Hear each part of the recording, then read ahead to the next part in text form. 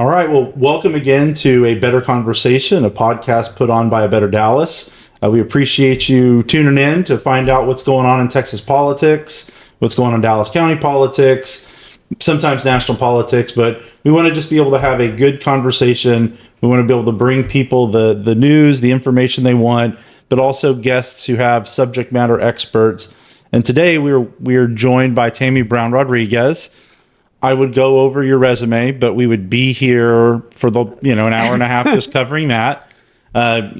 You're well known for a lot of things, but in particular today, your work with the legislature, and then also the work you do with election oversight, election integrity, whatever moniker you want to give to that.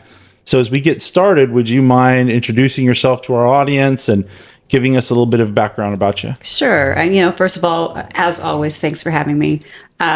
I'm really excited about the opportunity to have like these radical, honest conversations, right, inside the context of what we're up to. My experience ranges the last 25 years. I've spent really focused on legislative initiatives that make a difference to the community, whether it's the right to contract for consumers, whether it is protecting consumers from government overreach.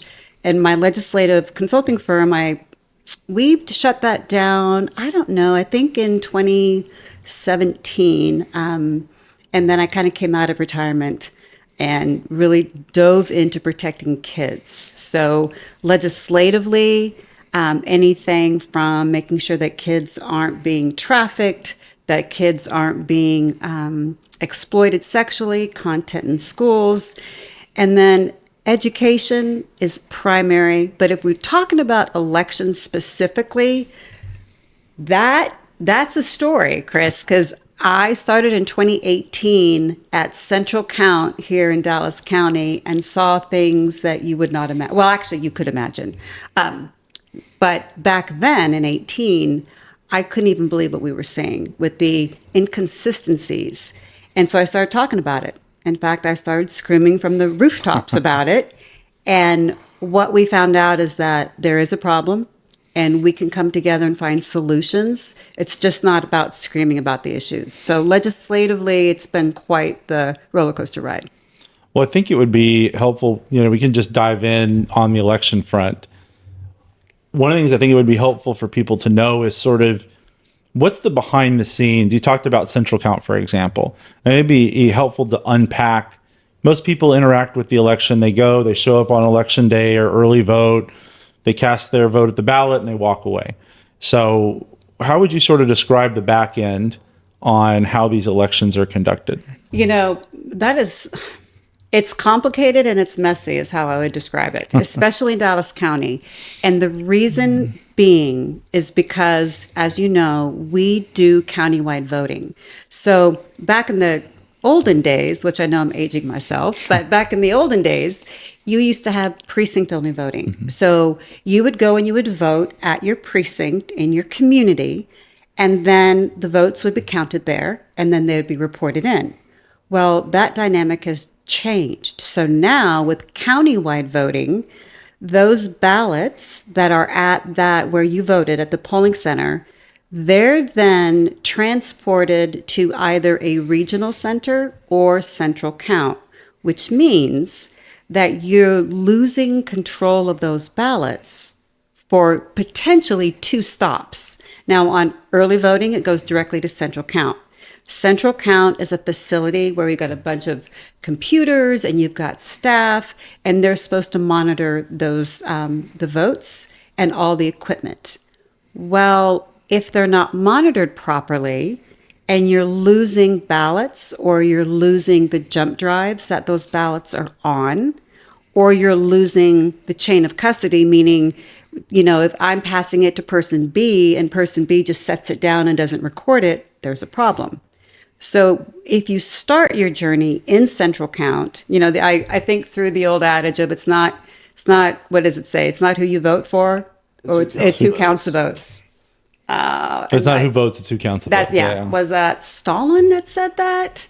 One of those good guys. Yeah. So I started there because I wanted to understand.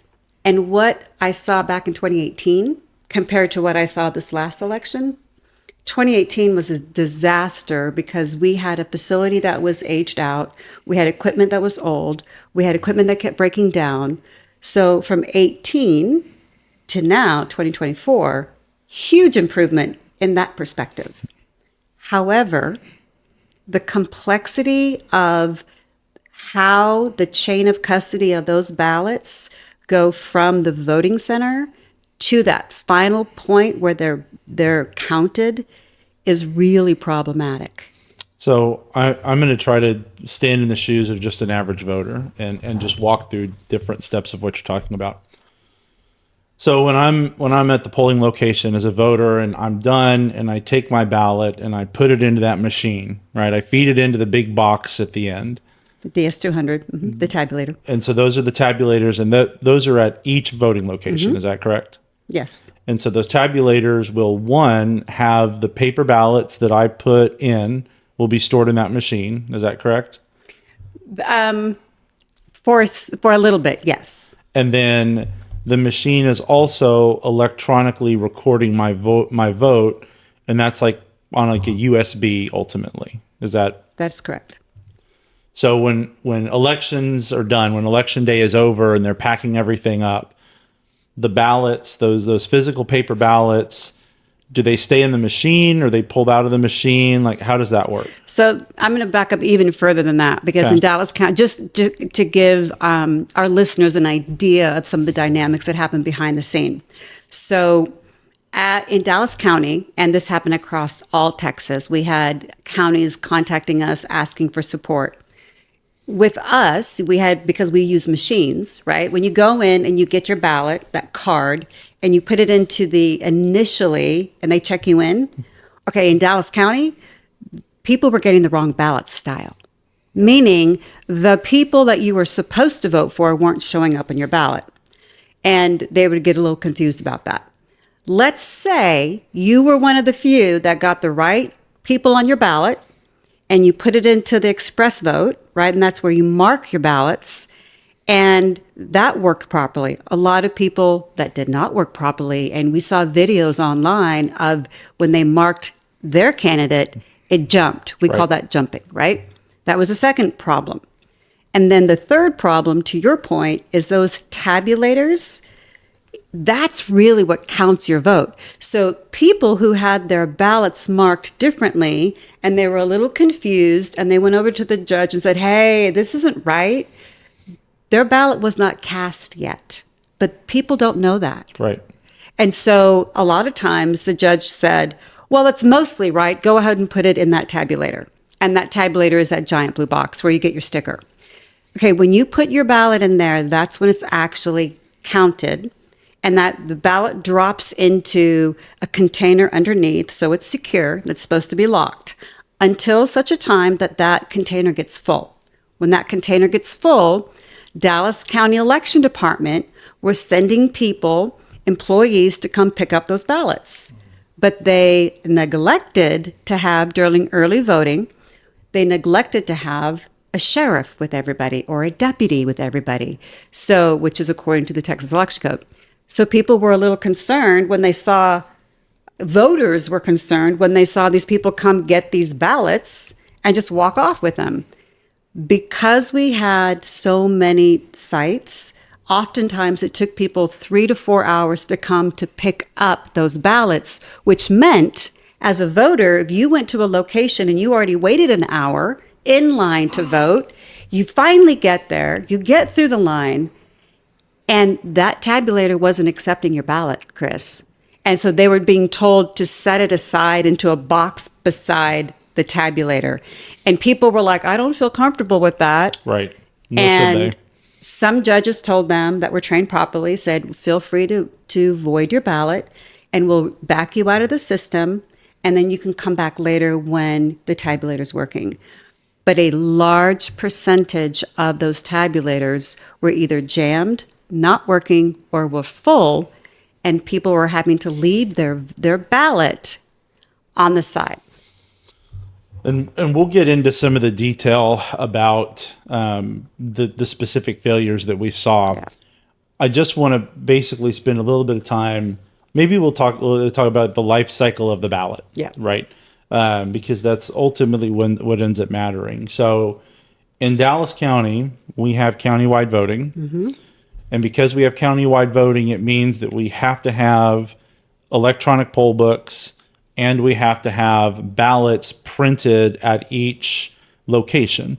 The e-poll books, and correct me if I'm wrong, is because we need to make sure that people aren't able to go vote at multiple locations.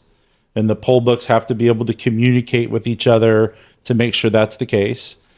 And then we have to print ballots because in a county as big as Dallas, there are a number of different ballot types where a certain collection of offices and that are on different ballots. You know, the three of us sitting here, each are living in the county, but each one of us had a different ballot type almost assuredly. Is that right? That's right. And so these are sort of the drawbacks of the countywide voting, is it requires this stuff because you can't practically at every voting location have every ballot type in sufficient number for people that are pre-printed that they can come cast their votes. That's right. So the ballot's life starts at that polling location. You as a voter, you show up, they check your ID, hopefully, they verify you are who you are, and at that point, a ballot is printed for you to go cast your vote on. That's correct. And it has a barcode on that ballot. So when you put that ballot into the express vote, that is where you see all your candidates. And the express vote, that's the machine, the touchscreen machine that people use to mark their ballots. That's right. Okay. So then after you're done, you've done all your what did you call the machine again? Express vote? The express vote. You're done with the express vote. You've pushed all the buttons on the screen. It prints it off for you. Now your ballot is supposed to have a barcode that will indicate what your votes are, but then there should also be the printed names of all the people you voted for. Is that correct? That's correct. Okay. That ballot then gets taken to the tabulator, the big machine you were saying. You feed it in, electronically it counts it, and then the ballot falls into that locked box or something to that effect. Is that? Yes. Okay. Then those lock boxes at some point in time are transported to, is that they go to the regional or the central count? So How does that work? So on early voting, they go to central. So in early voting Dallas County, we had, I think, like 73 early voting locations. And so they would all go to central count.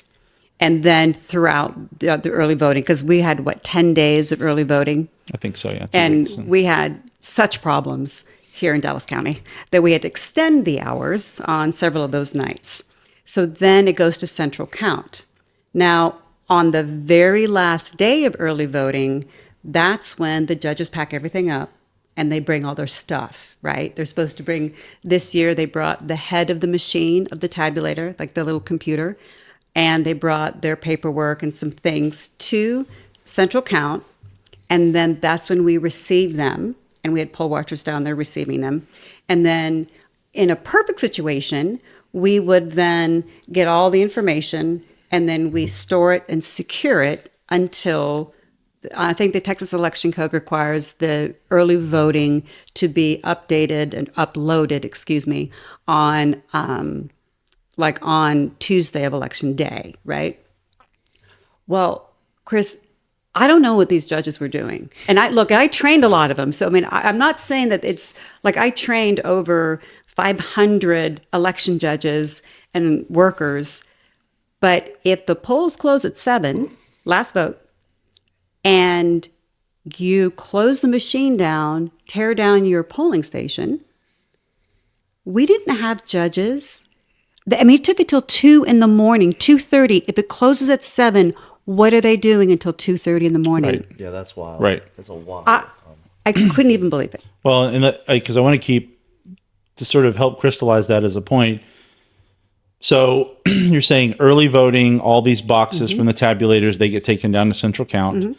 And with those also goes a USB that's supposed to, or jump drive, that's supposed to be storing all the electronic voting information on it. Is that correct? Well, yes, but that USB drive, historically, the judges would remove it from the tabulators, put it in a little black bag, and just bring that. And And so, but this year, for whatever reason, they wanted the entire head of the machine on election night. Yeah. Okay. And but then, yes, So- the little jump drive is what comes down to central count, and that's where they put it into the big computers, and that's where they see the results of that particular polling station. And so on election night, Mm-hmm. when you see unofficial vote totals, those unofficial totals are what's on those electronic drives. Is That's that right. correct? Those get all uploaded into one common computer downtown or The accumulator. the accumulator, and that's what tells us what the results are unofficially night of the election. That's right. The idea being that, and I'm saying it's an idea, that the paper ballots that are stored in these boxes from the different polling locations should match up nicely with the electronically recorded information from the tabulator. That's right. Now we'll talk about why that's an idea and not an actual practical thing that happens. Yeah. But that's the whole the design of the system, that you have that as sort of a check and balance. Like we can quickly get results from this electronically, and we have the paper ballots if we need to make sure that they match up. That's right. And so the reason that it matters, you're talking about random people coming to pick up these boxes of ballots, or we have without any oversight, without a deputy or a sheriff, or we have election judges taking hours and hours and hours on election night to bring this stuff down here. Why don't you tell our viewers and our listeners why that lack of custody is such a problem? So, for example, during early voting, we had a rapid response team. And so not only did I train the majority of the Real workers. quick, when you say we, who you're talking about? So the Dallas County Republican Party, and I sit on the Election Oversight Committee, we decided that we needed to ensure that if there's a problem with our judges that we had spent the last 9 weeks training, that they had somebody to call. Because historically, it takes 45 minutes. People would be on hold if they called the Dallas County Election Department in a crisis during early voting. They would be on hold for 45 minutes to an hour, and you can't really expect a voter to wait. So we had a rapid response team where there was a phone number set up, and it was supposed to initially be for poll watchers to get more information. But then it turned into, because we had so many problems, we needed the judges and the clerks to be able to call. And then it turned into voters getting to call. And then it turned into other counties were contacting our response team because we were actually giving them solutions to the issues. That's great. So on the first couple days of early voting, we had one location that, remember when I told you people got the wrong ballot style, where we had over 500 ballots that were what we call spoiled, which basically means just voided, right? Where they were like, I'm not getting the right stuff. I don't feel comfortable. And the judges were trained properly when they would spoil that ballot and set those ballots aside. And then you put those ballots in like a special envelope to be delivered to central count, because we want to track every single ballot, right? Because they're all sequentially numbered. Well, if you've got hundreds of spoiled or voided ballots, and you've got the tabulators that those ballots weren't run through, then some judges told people, oh, don't worry about it, we'll handle it for you, meaning they would put those ballots into the tabulator at some point when the tabulator was up and running. Others were told, no, son, we're going to do that downtown. We're not touching your ballots. So you've got three main ways where you can ensure, from an audibility perspective, the number of ballots, the number of people who voted at your center, right? You've got, when you walk in and you check in, the poll book number, and then you've got a clerk who writes down your information, right? And then you've got the tabulator. So those three numbers should always shore up. Now, according to the Texas Election Code, if it's under 3 or under, they usually say, well, that's a minor issue. Right. We had, in the beginning, none of our polling stations were shoring up those numbers. All of those numbers were off. And I'm talking off by hundreds of ballots. So they couldn't figure out who really voted. And unfortunately, they decided to use the poll book numbers as the shining star instead of the actual ballots. So that's insane. Yeah. Because we're talking about the three numbers, and just to make sure that it's clear, because this has been a wealth of information. Obviously, you know this stuff backwards and forwards. You've got your poll book number that says how many people signed the poll book. Although some of our poll book numbers, I understand, we're not matching up. That's correct. Then you have your machine, the tabulator on the junk drive, that number of how many people voted. That's right. And then you have the physical number of ballots that are inside of the machine. And so what I'm hearing you say is that in 2024 in Dallas County, with millions and millions of dollars in taxpayer funds being spent on our elections, we couldn't manage to match those three numbers. That is correct. And so, and I will say that we had the highest trained team that we have ever had for elections. And when you say we're talking about the Dallas County Republican Party. We're not talking about what the election department did or did not do. That's correct. Okay. The Dallas County election and A Better Dallas, I have to give out our props. We did an entire series of trainings, a training system that never before has been done here in Dallas County. And what's interesting is even with highly trained individuals, even with more equal representation at these voting centers than we've ever had before, these problems still happened. And what generally happens is that at Central Count, that facility downtown, they have what's called a ballot board down there.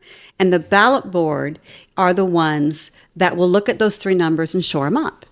So traditionally, you may have a polling center or 5 or 10 of the polling centers that the judges had problems and they couldn't figure out how to rectify those numbers. And so the ballot board will receive their paperwork and they'll look through the spoiled ballots. They'll look through the numbers that were written down and they will work through and try to figure out a solution. Now, I cannot even say this more passionately. The ballot board couldn't even figure it out. Yeah. And these are well-seasoned individuals who have been doing this year after year after year. And that's really a cause for concern. So how is who serves on the ballot board? How is the ballot board made up? So the ballot board, we have representation from both the Republican Party and the Democrat Party, right? So the chairs of each of the party here in Dallas County appointed individuals to represent them down at Central Count. And in order to have a parity and representation, it was pretty equal this year. And we also had poll watchers that were sent down there to watch the dynamics. And when we get into talking about some ideas for the upcoming election, we have several corrections that can be made because there was some confusion of the new administration down at the Dallas County Election Department on how they were allowing or not allowing poll watchers to be there. Yeah, for as much as they get paid to do their job down there, that seemed to be quite a bit about the election code that, gosh golly, the Dallas election department just wasn't sure. I don't know what this is supposed to mean. It's very selective how they pick and choose the day of what they're enforcing, what they're not doing. And like you said, they don't seem to ever have plan Bs. Like, we're going to set the ballots to the side. Or are you going to put it into that top slot? It just, and it brings mass confusion to voters. Well, and just for the folks that are listening or watching, we've got the full gamut here because Kyle was on the front line working in an election center. So very practical firsthand knowledge on that point. Tami's advising people countywide. I'm working as an attorney responding to election issues. So we sort of had different perspectives on the same sort of problems. Yeah. One thing that I wanted to do, because you've talked about it a couple of times, and I want to make sure people understand. So you talked about poll watchers. There's also poll workers or clerks. There's election judges. Would you mind telling folks who all is helping to make the election happen in each polling location? So, yes. So we've got, for Dallas County, for early elections, right, which was a 10-day marathon, we had 73 locations that we got to staff. And in 73 locations, we needed one Republican alternate judge and then you've got clerks, and depending on the size of that facility. So we, at early voting, we had clerks, generally about 2 clerks per location, plus an alternate judge, which is a Republican, and then we had up to 4 poll watchers per shift per location. Now, that's 73 locations, which was a Herculean effort in and of itself. And then in addition to that, there was also an election judge. So every polling location would have had an election judge, or can have an election judge, an alternate judge, clerks, and poll watchers. And the from the Republican Party side, right? So this year all the judges, right? The presiding judges were Democrats, just because of the way our system is. And that's whoever won the governor's race in our county in the previous election. That's right. That party gets to have the election judges, and then the losing party has the alternate judges. Yes, and the alternate judges, basically, for those that don't know, if the presiding judge walks out or is not able to serve, then the alternate judge will then step up into that spot. Mm-hmm. And so now that's for 73 locations. On election day, we had like 472 or something locations. And so we needed that same amount of personnel at every single polling location. And so who decides that we need that many polling locations? That would be the commissioner's court. Right. Okay. And the commissioner court kept adding locations. So we were trying to staff all those areas, but then they would, on a day to day, the locations changed. So it was tough to get, and now understand, your clerks and your judges get paid. The poll watchers do not. That's just a voluntary position because you care about your county. And we were able to, I had 682 poll watchers, people who said, yes, I want to help with this election. Now, unfortunately, we didn't have all 682, serve, which would have been incredible. But I think what's really exciting for people now is that this year, over 80% of the people that served were new. Oh, that's awesome. So they were people with the very first time. And I'm telling you, the excitement and the passion to get involved and understand how the election process is dramatically shifted. Before, people would complain about it. It's a beating. It's too hard. But now people are like, okay, yeah, I want to serve. Kyle, was this your first time to serve, or had you done it before? I had done it before. I think this was my 3rd or 4th election being a worker, clerk, election judge. Yeah. Did you do early?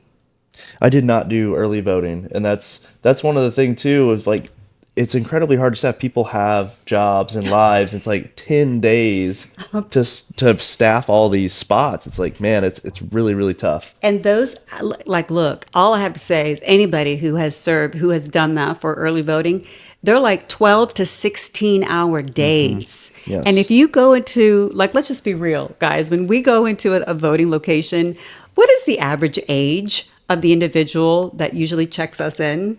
Yeah, right? It's up there. Well, right. You have people that are retired because they're the ones that have the time to be able to serve as clerks. Yes, right? To do that full schedule Right. of a 12 to 16 hour day. And so it is exciting to see younger people step into this. It is exciting to see people who were willing to take the day off of work. I told everybody I knew, take the day off. November 5th needs to be a day off. Mm-hmm. Serve your county. Do this. This is your civic duty, your civic responsibility. So that was super exciting. So just so we're clear, election judge, what's the election judge's responsibilities on early voting or election day? Like, what are they supposed to do? So an election judge, which is super powerful, they have a lot of control. So the judge goes in and they set up the location. They're the boss, right? And so they identify the clerks and have the clerks set up the machines. So they instruct all the activity. They also are the final say. So if somebody comes in and let's say they don't have an ID, they don't have any of the list A, they don't have any of the list B. So there's certain parameters that our election code identifies that we need to have. The election judge can say it's fine, or they can say, no, I'm not going to allow this person to vote. So not only do they have the final say in who votes, how they vote, they have the final say in basically any activity that goes on in that facility. They could show up, and as the alternate judge also has an opportunity to have their own clerk, right? So usually there's like one or two. They could send the alternate judge home. They could try to send the clerks home. Some have abused that power because it's a lot of perceived authority. Actually, it's authentic authority. Right. It is authority. And so it can be very contentious. And Chris, I can't tell you how many calls the rapid response team fielded between 39 and 72 calls a day. And that's just the actual phone number that we had. Right. And now you've got 5 members of that team who also received calls. So me personally, it was easily 100 calls a day from either poll watchers, judges, or even voters saying something didn't feel right. When I walked into that voting center, the judge XYZ, and I can give lots of examples when the time is right, but I was astounded. And the other thing that was interesting is people knew something wasn't right. Mm-hmm. And they said, you know what, and thank you for us being able to call and have somebody answer. We had 5 people taking calls, and somebody answers and give them that assurity. Now, most of it was us documenting. Right. And giving them a solution to their issue. And sometimes what happened was absolutely within the law. And we were like, actually, the election code allows for that. And they're like, well, okay, I'm glad I called. I was just concerned. So it was giving additional cover to voters, and I think they need that. Absolutely. Well, I mean, one of the things about elections is you have 2 jobs with an election. One is to accurately count the vote, and 2 is to conduct your election in such a way that people are confident that you are accurately counting the vote. And that second part, I think, is what, especially in Dallas County, so many failures on. But I want to keep talking a little bit about some of these players on election day. So that's the election judge. Clerks, they're the folks that are when you go vote, you're interacting with. They're manning the computers. They're the ones directing you to go vote on certain machines. They're the ones helping you feed your stuff into the tabulator and giving you your sticker. That's right. Is that sort of fair? That's right. Setting up and breaking down. Yeah. And then you've got your poll watchers who are not working the election. Like you said, they're not paid. They're volunteers that are there on behalf of candidates or the county party. And their job is to just observe what's happening on the election site and report any abnormalities, any violations, things along those lines. Is that correct? That's correct. And I have to say that when we trained folks this year, one thing we did differently is that every election judge and every election clerk that we could possibly train, we also trained them to be a poll watcher. So they understood. They knew what to look for, very specific items to look for. So if we couldn't get the 1,500 people needed, right? Then we at least had eyes on the ground that knew what to look for and then how to report it. Because so often we've heard about abnormalities and irregularities for years now, but then nothing really happens with it. So if you don't know, if you're not trained on how to report it, where you're not just going to get mad and go to the media, right? Right. There's a way, and we hopefully this year we're really effective in training people how to do that. So it's not just going in and standing around. As a poll watcher historically, and maybe you guys have seen them at locations where they just kind of stand there, and they just kind of look awkward and weird, and they're just kind of standing there, and they're not supposed to talk to anybody, and they're standing there for 12 hours, and they really don't know what to look for. Well, how much more powerful is it to be fully armed and educated? And you can walk in there and you could spend 2 hours at a polling station and make incredible observations that could forever change the way we do elections. You report it correctly, and then we can escalate it appropriately on what needs to be changed in the election code to continue to give the security that we do have free and fair elections. So it's very exciting. Being a poll watcher is where I got started, so I'm kind of partial. Kyle, did you have poll watchers at your area, or were you ever a poll watcher before? Yes, we did. So we had they kind of roving. They had 4 or 5 locations. They come by, check things out. But I do have to say, they just kind of came in, took a glance around, and that's it. And I guess that's what the county wants, more or less. Well, What the county might want that, yes. What the county will allow. That's Yes, that's what the awesome. county probably wants, yeah. So, so it depended on your location. So, interestingly, because we've been playing this game since 2018, we knew the hot spots. And so, in staffing, we were able to identify which of our seasoned poll watchers we were going to send to the complicated locations that would stand there and mark any of the, if somebody used an ID from the B list, from the list B, or if there were issues with no voter ID being shown. And then we had locations that were the lower hanging fruit, where that we pretty much easy and didn't have as many phone calls. And so there is a variance. Now, we didn't see a lot of, historically, the Democrats, the other side, don't generally have a lot of poll watchers. Right. Because they're The ones running the election. they're running the election and they're pretty much in charge. They're not worried about much. So they don't really have poll watchers. And we had levels of poll watchers. So some people were, I affectionately called them my SWAT team, that they would go in for specific issues and then be able to speak into the Texas election code to where the judge would then ultimately change the ineffective behavior that was absolutely opposed to the Texas election code, what it listed and stated. So I think that's really important, is that we can make a difference if we're on the ground and if we know how to do it effectively. All right. If we want to just jump back into wherever we were, We're not going to recognize your wardrobe change. I was just going to say, you can. I was just thinking that I was looking. Welcome back to a better conversation. Now that Kyle has I slipped couldn't into wait. something a little bit more comfortable. The heat was getting to me, and we changed the angle because we were missing your beautiful face, so we were just seeing your hair. So this is a little bit better. That's right. So we'll just, I'll ask a question for us to get started on. Okay. We'll start talking about. So you guys ready? Mm-hmm. All right. Well, I feel like we've been somewhat comprehensive in going over the background, how things are done. Let's get into the nitty gritty, if you will, on the failures that we saw. So kind of, we talked about the life cycle of a ballot. Let's talk about the failures in that life cycle in the ballot. And the first thing is we'll say this was like a pre-birth error, pre-election issues. My understanding, there were some failed tests. Absolutely. What happened there? Well, interestingly enough, when you do an LNA test, a logic and accuracy test, the goal is to do like a couple baby races, right?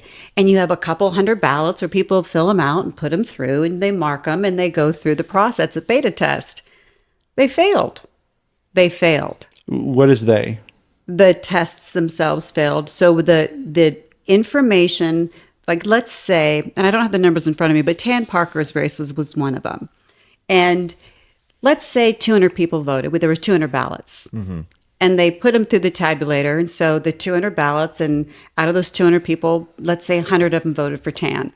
You put them through the tabulator, and then you take the information from the tabulator and you put it into the accumulator, which is the jump drive, and you put it into the accumulator for it to spit out the results. Well, it was supposed to be like 100, and let's say it came up as 32 or 7 votes. There's a discrepancy there. Mm-hmm. And we did that 3 times. And so I went up to Austin to testify in front of Tan, saying, Tan, buddy, your race failed in Dallas. So you have to certify that it matches. So this is sort of difficult for me to really. So you're telling me that the very basic step of take votes on USB drive, put them into computer, and then get a total. We couldn't get that right in the testing phase. That's right. And with a very small amount of, I think the largest one we did was like 300. So it was very small. So did they fix it? Did they ever pass the test? I believe it didn't officially pass. I believe it was close enough. What's close enough? Well, no, but seriously, like when we're talking about Dallas County, you're talking about hundreds of thousands of votes. And if you're saying that there's even like a 5-vote discrepancy in 100 is massive on a countywide scale. 5%. Especially on considering a lot of the races are 2-point separations, or Right. something like that. I understand. And so when I was we were testifying, and Laura Presley, she's my mentor. She's a brilliant woman when it comes to the analytics and the data points. And she's an engineer by trade. And she's been fighting election integrity now, I think, for like 12 years or 16. But we were there trying to explain to them how if it's just 5 votes off in each location, and Dallas County has 470 plus locations, that's substantial, and we need to address it. And what are they going to specifically do to address it? And nobody had a plan B. And I think that's why my understanding, because there was lots of moving parts, as you know, there were lots of demand letters going back and forth. It clearly did not set us up for success, and that hearing that we had regarding election integrity, and we had person after person testify of all the discrepancies, and I testified it as well, of all the discrepancies we've seen historically, and that we know this is happening, and this was their elections. Well, you have this logic and LNA, logic and accuracy test, for the purpose of making sure that everything is running properly before the election. And it wasn't. Yeah. And so we just kept using those same machines. That's right. So what, is there not a backup? Are they not? I thought that the law required that there be a backup plan if the machines aren't working. They do. And it does, in fact, require it. And when that was posed to our Dallas County Election Department, Hyder Garcia. We just say his name. Yeah, it's not that guy in Harry Potter that they can't name. Like, what's his name? Voldemort. That was not my wheelhouse. Yeah, he's as good as Voldemort, but I can't even believe it. And you do have to have a backup system. In fact, after the first week of early voting, and everything that we said was going to happen happened. Everything that Laura Presley trained our advanced poll watchers on, everything happened as she said it would. And we had information put together to saying, okay, what's your backup plan? And I was working with Beth Beazle, who's also a champion when it comes to election integrity, on coming up with some of those solutions. Because ultimately, we would want the majority of people understand that we need to get rid of the machines. And that this is a perfect example.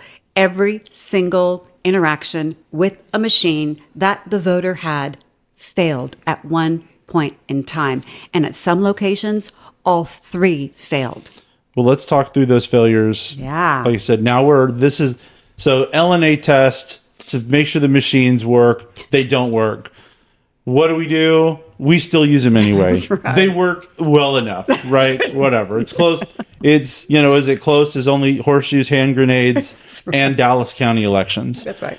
So let's just say step 1. So the first machine that people interact with when they're voting is the e-poll book, when they go to, sign in, get their ballot. So what failures did we see at the e-poll book level? So the first failure was that on early voting, we didn't even, the poll books that were used, the judges were not trained on.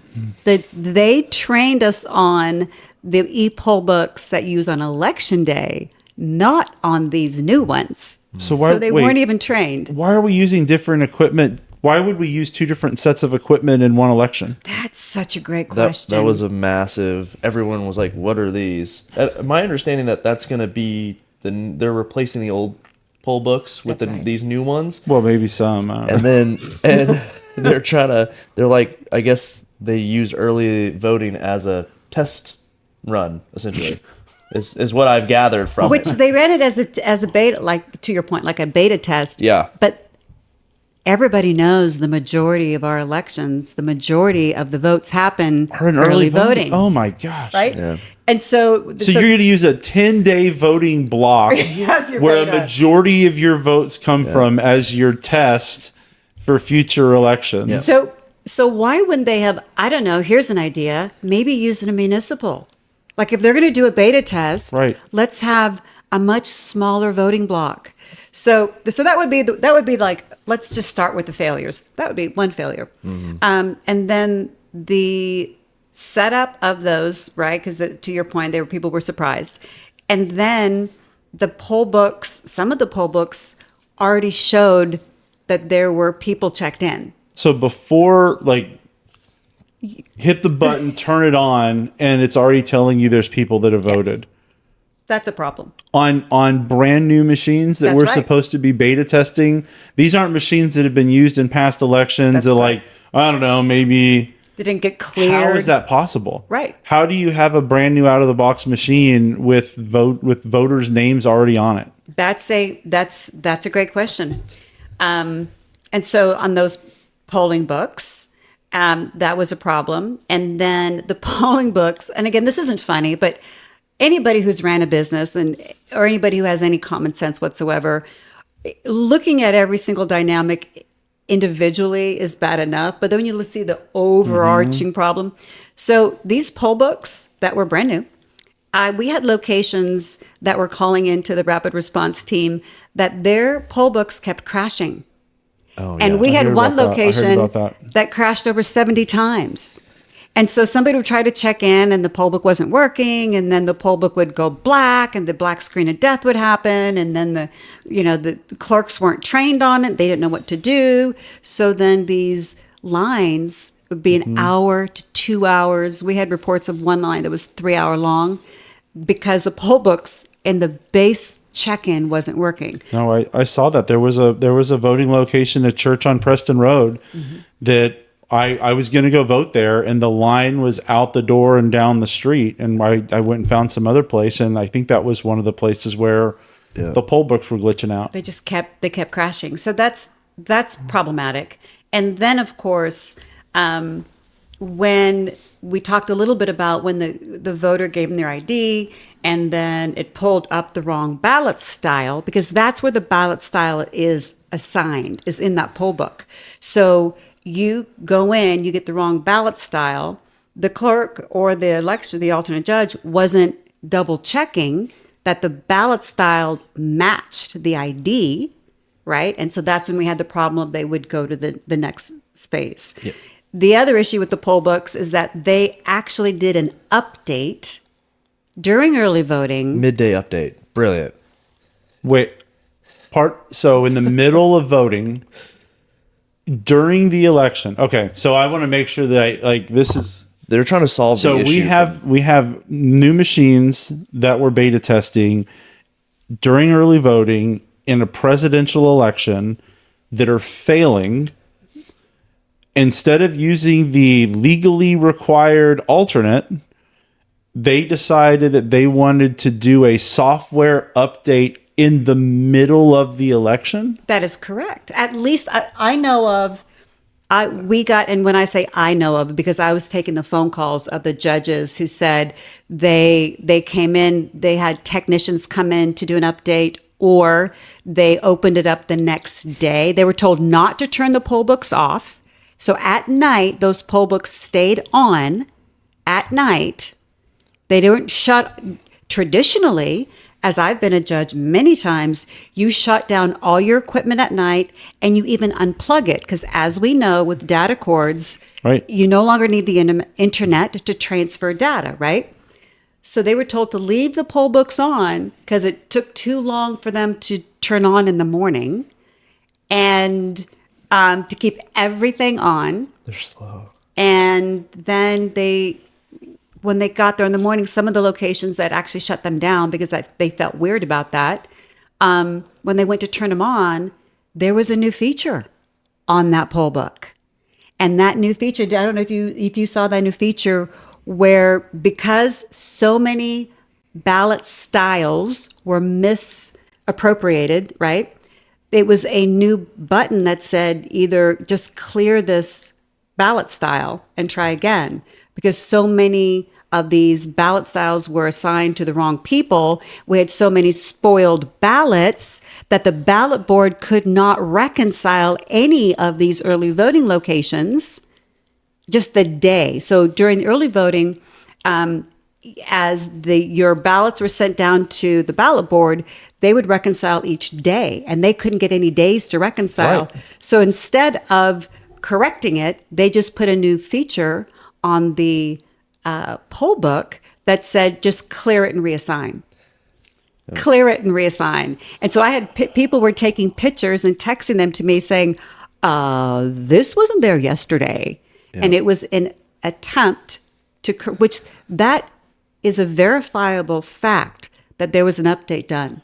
Well, and about the photos and stuff, you're not supposed to be taking photos in the election thing, but we do have to, account for this document stuff. We have to document it. And it's very challenging in those situations. But back to the ballot style, a lot of people, we would catch it, or obviously the poll workers caught some of it, but a lot of people don't realize that does affect who they're voting for. Obviously everyone's doing the same presidential and senator, but if the local races, people just stuck it in to the express poll and they get generated whatever they're given. I don't know how many, hundreds or thousands of people really didn't vote correctly on their down ballot issues. Well, that's my concern, because look, how many voters, and this is an entirely reasonable thing to do. How many voters just take for granted when they go vote that the government running the election, the county elections department,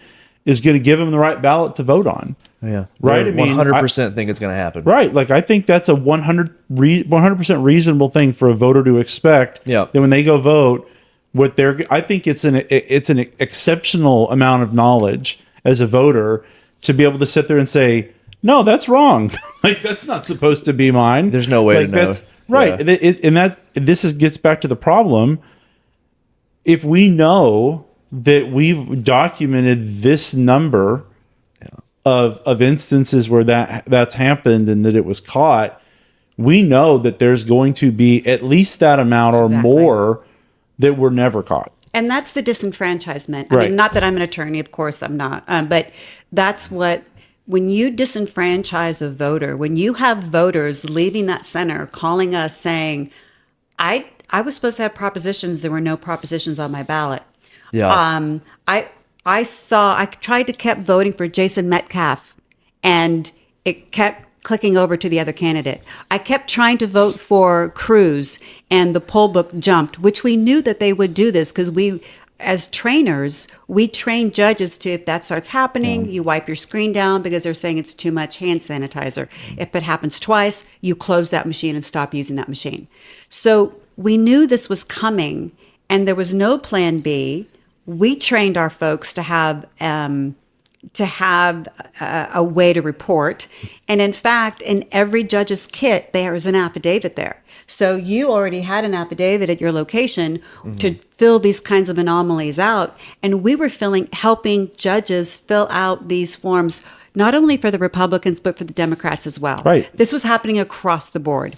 And so if we know that was happening, and I wanted to go back to your point about the pictures, because if you're working your official capacity, according to the Texas Election Code, you can take pictures in your official capacity. So when we were telling judges and clerks to do that, we got some, can I say pushback from the Dallas County Election Department? You can say pushback. You probably can't say what you actually wanted to say. We got some pushback on that because we needed to document this information. It's a podcast for all families. That's right. It's pushback. Unfortunately. So I think that alone, right? That alone should be enough to say, hey, man, this isn't working. Then the other issue is not only was it assigning the wrong ballot points or ballot styles, and we were having these glitches where it kept shutting down. They couldn't keep the poll books open or on. That's a problem. But if you can't find, like, when at your location, could you not find people? Yes, and we had to call down to that's what loaded the phones. Everyone was checking registrations. Or is this person registered? Yes, they are. And then I don't know how they do it, but fairly quickly, once you get them on the phone, then they can load that person into the e-poll book. But that entire process took 15 minutes. There's only 2 election judges there, and you have 3 or 4 of them. It really stacks up quick. So my question is, according to the Texas Election Code, you have to register to vote how many days prior? 30 days. Yeah. 30 days. And that's supposed to be like a stamp in time. Mm-hmm. Those people should all then be uploaded to the magic system in the sky, where PS, by the way, they still don't know where the server lives, allegedly. That's still in question. And then downloaded onto these poll books to where you have a central source of truth. How is it that people at the Dallas County Election Department that you call on your judge's hotline, suddenly that person's trying to vote, they can push a button and it uploads? That's the thing that's the thing that is massively concerning. Yeah. That's You're giving a unelected bureaucrat the ability to manipulate the voter rolls with the click of a button. with the push of a button. Like that. And it's also something that I would imagine is not the easiest thing to audit and trace. Right? It's not like there was a special form that has to be filed and saved of we had a voter roll dispute or a voter roll addition. It's just like, okay, click, click, click. Oh, there's new voters on your voter roll. And so that voter, and so the distinction between how we train people and then actually application on the voter day, on election day. So what should have been trained is if they don't show up, then you have them vote provisionally. Yeah. And a provisional vote, for those of you listening, it's basically that they have to fill out an affidavit saying, no, I know, but no, but no, as water is wet and rocks are hard, that I'm able to vote. They fill out a form. The presiding judge signs that form, nobody else. And they go take their ballot and they go to the marking device. They mark their ballot. And then that ballot is not run through the tabulator, but given back to the judge to put in their provisional ballot bag, which is then taken down to central count, and central count will then make sure that they check that ballot, make sure they check the voter, and they cure that vote. That's what should happen. Now, what you're saying is that you guys were calling, you're on hold for 45 minutes or however long, and this person that you reached out to pressed a button and let them vote regularly, right? Yep. And that means nobody's double checking it at all. And it's put into that tabulator, assuming that tabulator was working.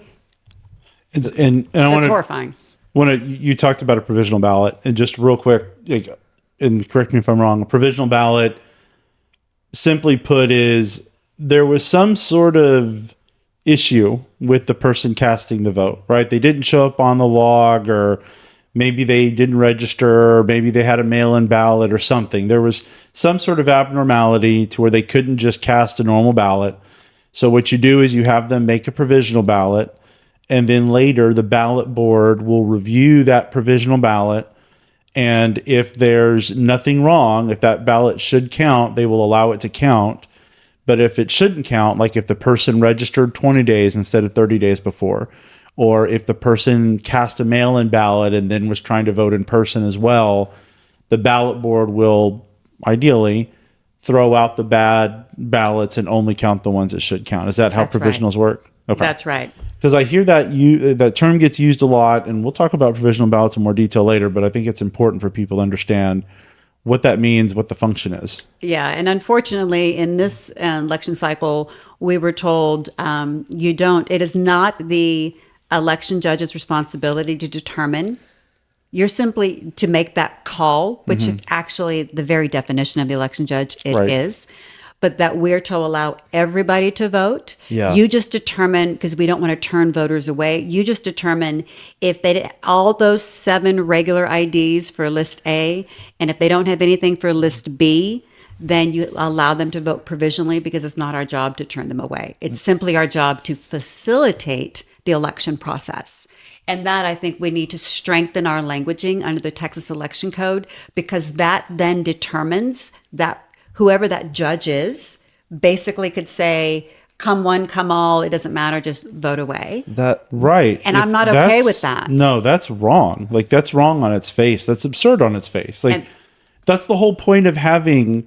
A judge there. That's why you have a judge there. That's why you have clerks there. That's why we don't just have people vote on their phones. That's right. Right? Like, it's because there's only a certain group of people that are able to vote, and they're registered. They're not a felon. They're a citizen. All that stuff. That's right. That's insane. there's like secondary issues with that too. Kind of, some of these issues, they have to go down to central count and clear up whatever. They have to provide some type of information.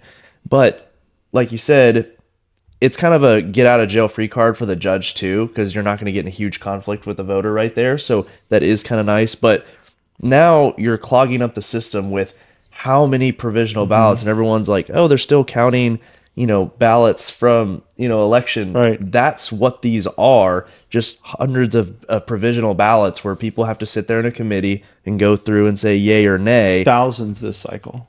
Thousands. Okay. So, that's, and it's a huge expense too. You don't want to turn people away, but I mean, we do have to have some level of like, hey, you want to vote? Here's your responsibilities to do so. Right. Okay. So we've talked about some of these failures that we Just- had Just with the poll book. just with literally checking in. That's right. This is we haven't even marked the ballot yet. This is just how bad things are checking in. Yeah. Okay.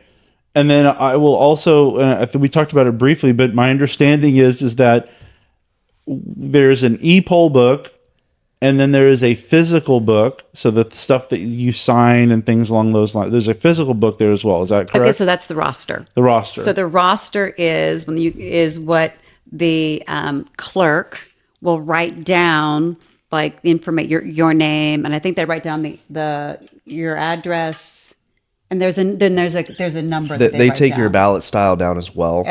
So that was where we would think they would confirm the ballot styles, right? Right. I mean, that's where you could say, wait, voter, don't vote that because the ballot style doesn't shore up. That's the thing. If the e-poll book is wrong, there's really nothing to bounce that ballot style off of. Like you can look at the addresses and see, okay, maybe they don't line up, but ultimately that's like a standalone thing that could just be wrong. Because you didn't have all, well, however many, I don't know, 280 maybe ballot Something, styles, yeah. something like that. Yeah. You didn't have those listed and identified.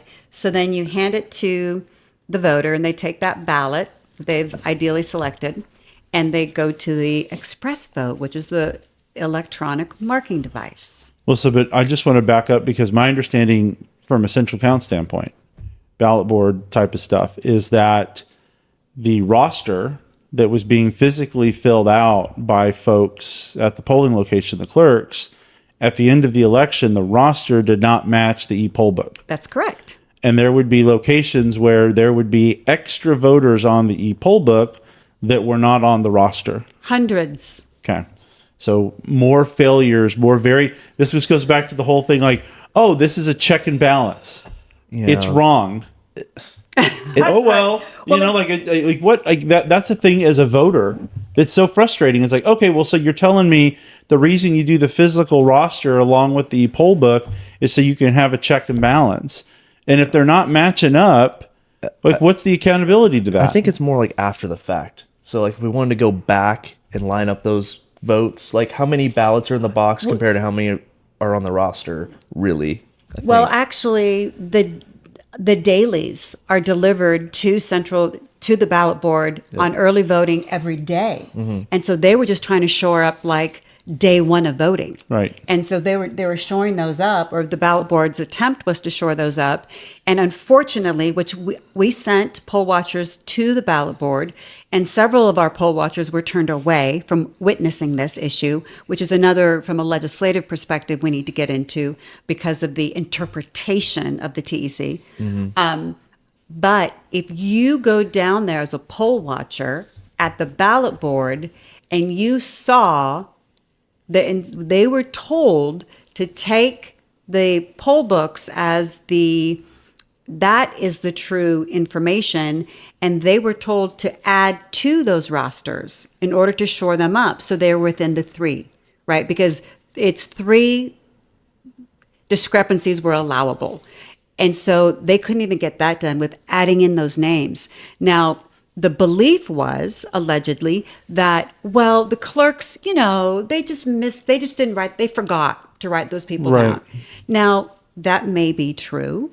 However, when we're talking hundreds of voters discrepancy, that's not okay. It's a lot of mistakes. Well, just simple deductive reasoning, if the clerk forgot to write them down on the roster, but the e-poll book accurately recorded them, then what we have from the e-poll book should match up with the number of physical ballots in the machine. Right. Or that were the physical ballots, if you were to recount those physical ballots versus the number on the jump drive, because those are 2 different numbers. But yes, I would think that the ballot would be what we want to look at as the true form. Correct. Because that is the physical evidence. Okay, so we're now past check-in, all the failures at check-in. Yeah. So what did we see when people tried to use the touch screens to cast their votes, mark their ballots? Those express votes, so those marking machines, when you put your ballot in, the card, the activation card is the official name of it until it's actually voted. You put it in and it pulls up the screen. We saw missing candidates on that express machine. We got phone calls of people saying, my candidate was not at the top of the ticket. They were only offering 1 candidate at the top of the ticket. We saw evidence of them marking it, and they called it jumping, where it changes who you selected, or you couldn't select your person. You tried to select Trump and it voted for the other guy. Right. We'll just call that switching votes. Yeah. Like, they can call it jumping all they want to. Jumping. It's switching votes. Yeah. And interestingly enough, the complaints that we fielded were only for 3 specific candidates. Which were? That was Trump, Cruz, and Metcalf. Okay, so county-wide races. That's right. So someone doesn't like Metcalf down there at Central. Somebody, I know, right? And so Jason Metcalf was running for what office? He was a commissioner. And who ultimately decides how the elections are run? The commissioners. Okay, that's weird. Okay, Yeah, interesting constellation of facts. So that was the issue, and not only was it the actual marking of your candidate, because we all know that you're supposed to review it, right? You mark your candidates and then it says review, and then you go back and you review and say yes. So let's just say that you navigated your way through. Maybe some of your people jumped like mine did. Cruz jumped for me. Switched. And I finally got it right. And then I finally reviewed it and it was right. And then when I went to print, right, it printed out. Now mine was correct. I cannot say that my husband's was correct. So it's like that information showed up differently on his. And so then he knew, because I was there, to tell him, get it spoiled. A lot of people, voters, came out and called our 100-81, our phone number, and said it was wrong. And when I told the judge, they said it was as accurate it's going to be, so go ahead and vote it. And as accurate it's going to be. That's factually correct. When you have an election run this poorly, it's as good as good. Again, it's close enough. So these voters were calling, and I'm like, are you an election judge? They're like, no, are you? And I'm like, you're a voter calling our number? And they said, I did it and I regret doing it. What can I do? And at that point in time, this is back to just the express vote. So either it didn't print correctly, or when it did print, it was just barcodes and they couldn't read it anyways. So they couldn't see their selected candidates. Now, those barcodes, some people would take it to the election judge and say, there's a problem with my ballot. But you know what? There's so many uneducated voters that they thought, well, maybe that's what it was supposed to look like. Right. Why would you? Why would you? Why would you know that? You're not supposed to. How would you know that, right? And so, that was problematic. And I wish I could say it was only for 1 or 2 locations, but We were fielding calls way into the evening. Even the next day, people were called saying, I thought about it, and I don't feel right about this. Yeah. I mean, that's insane. Like we had, I mean, a Better Dallas, and this is partly through the information you got, we were receiving so much feedback from people on the first day or two of elections about their ballots being switched that we had to run a campaign, check twice, vote once, right? To let people know, check it on the machine, the touch screen at the end, and then when it prints, check it again before you go cast your vote, because there were so many of these problems. And again, like we talked about as far as the wrong ballot, well, we know of a certain number of switched votes. We know of a certain number of ballots that weren't printed properly. What is that number of unknowns? How many people didn't know that was wrong or didn't think to check it? Because again, it's pretty. I mean, I'll use this like an analogy. It's like when you go out to eat.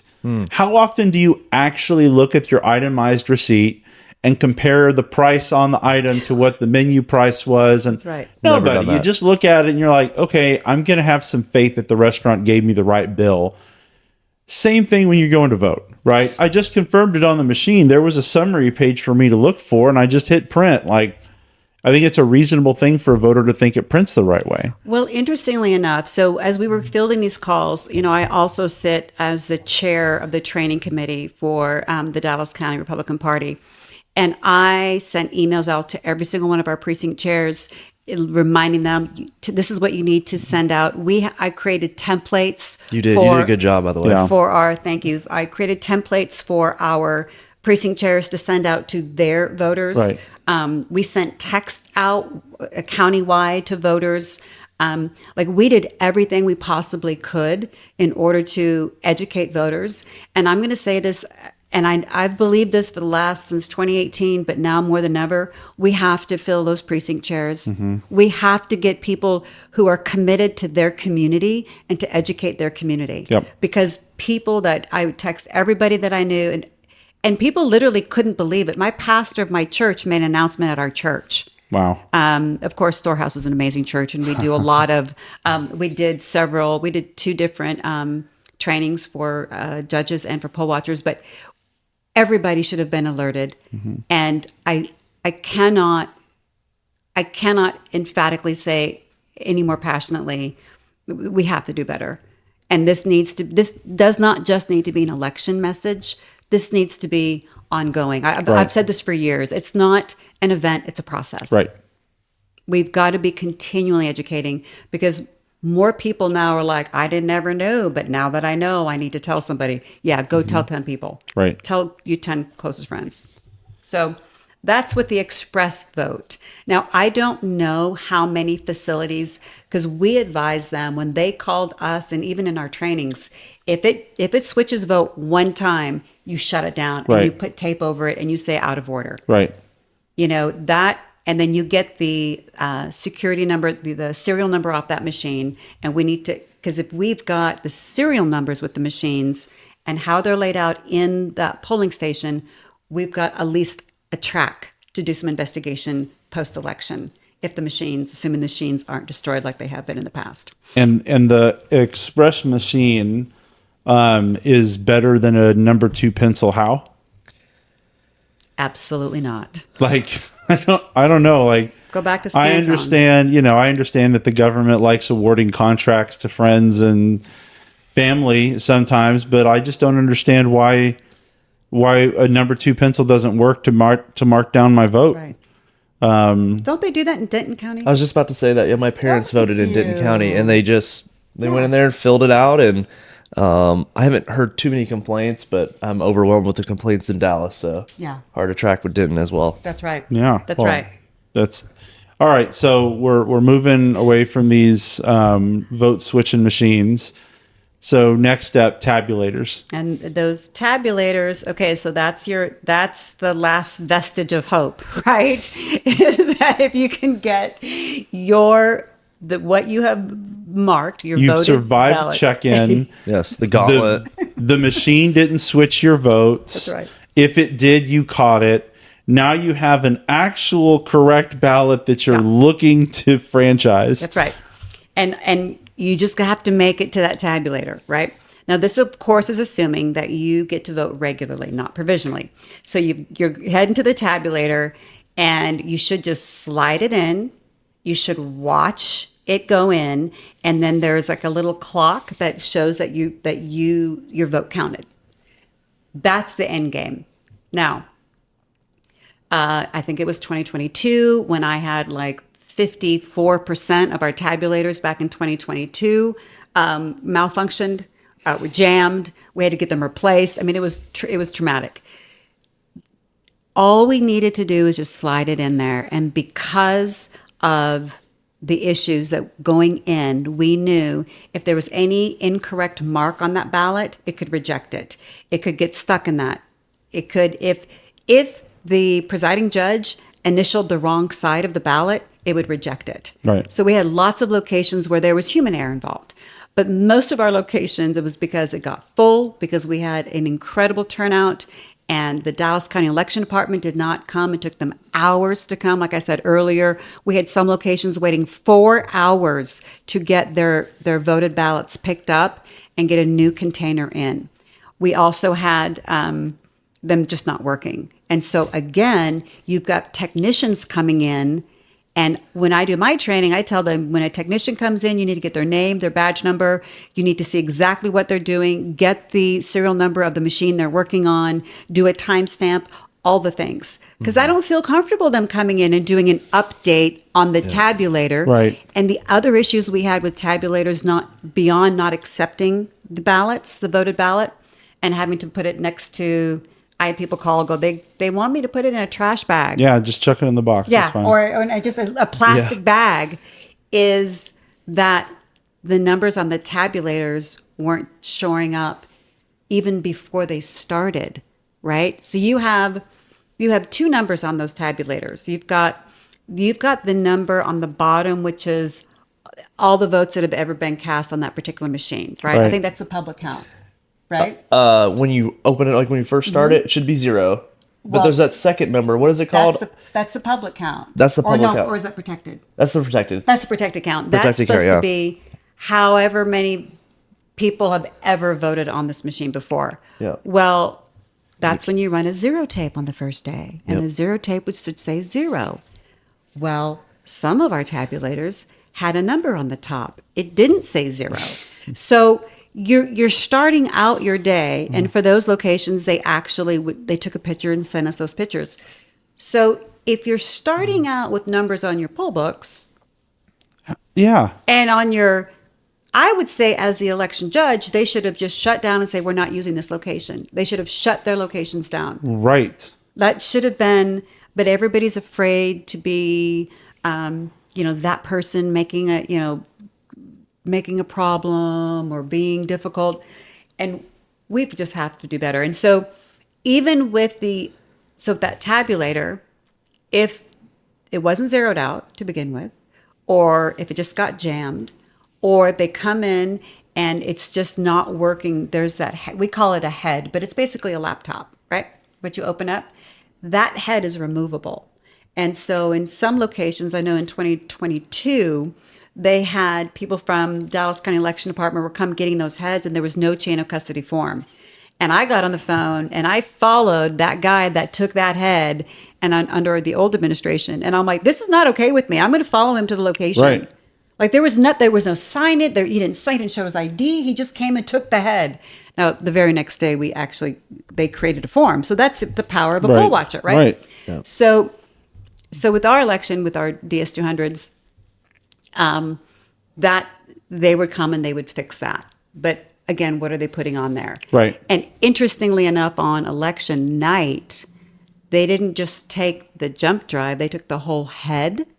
And the judges were supposed to, when they brought all their equipment, they were supposed to give us the head of the DS200. We had several judges that forgot the heads of their DS200s at their locations. So the head with the jump drive were sitting back at the location unaccompanied for hours.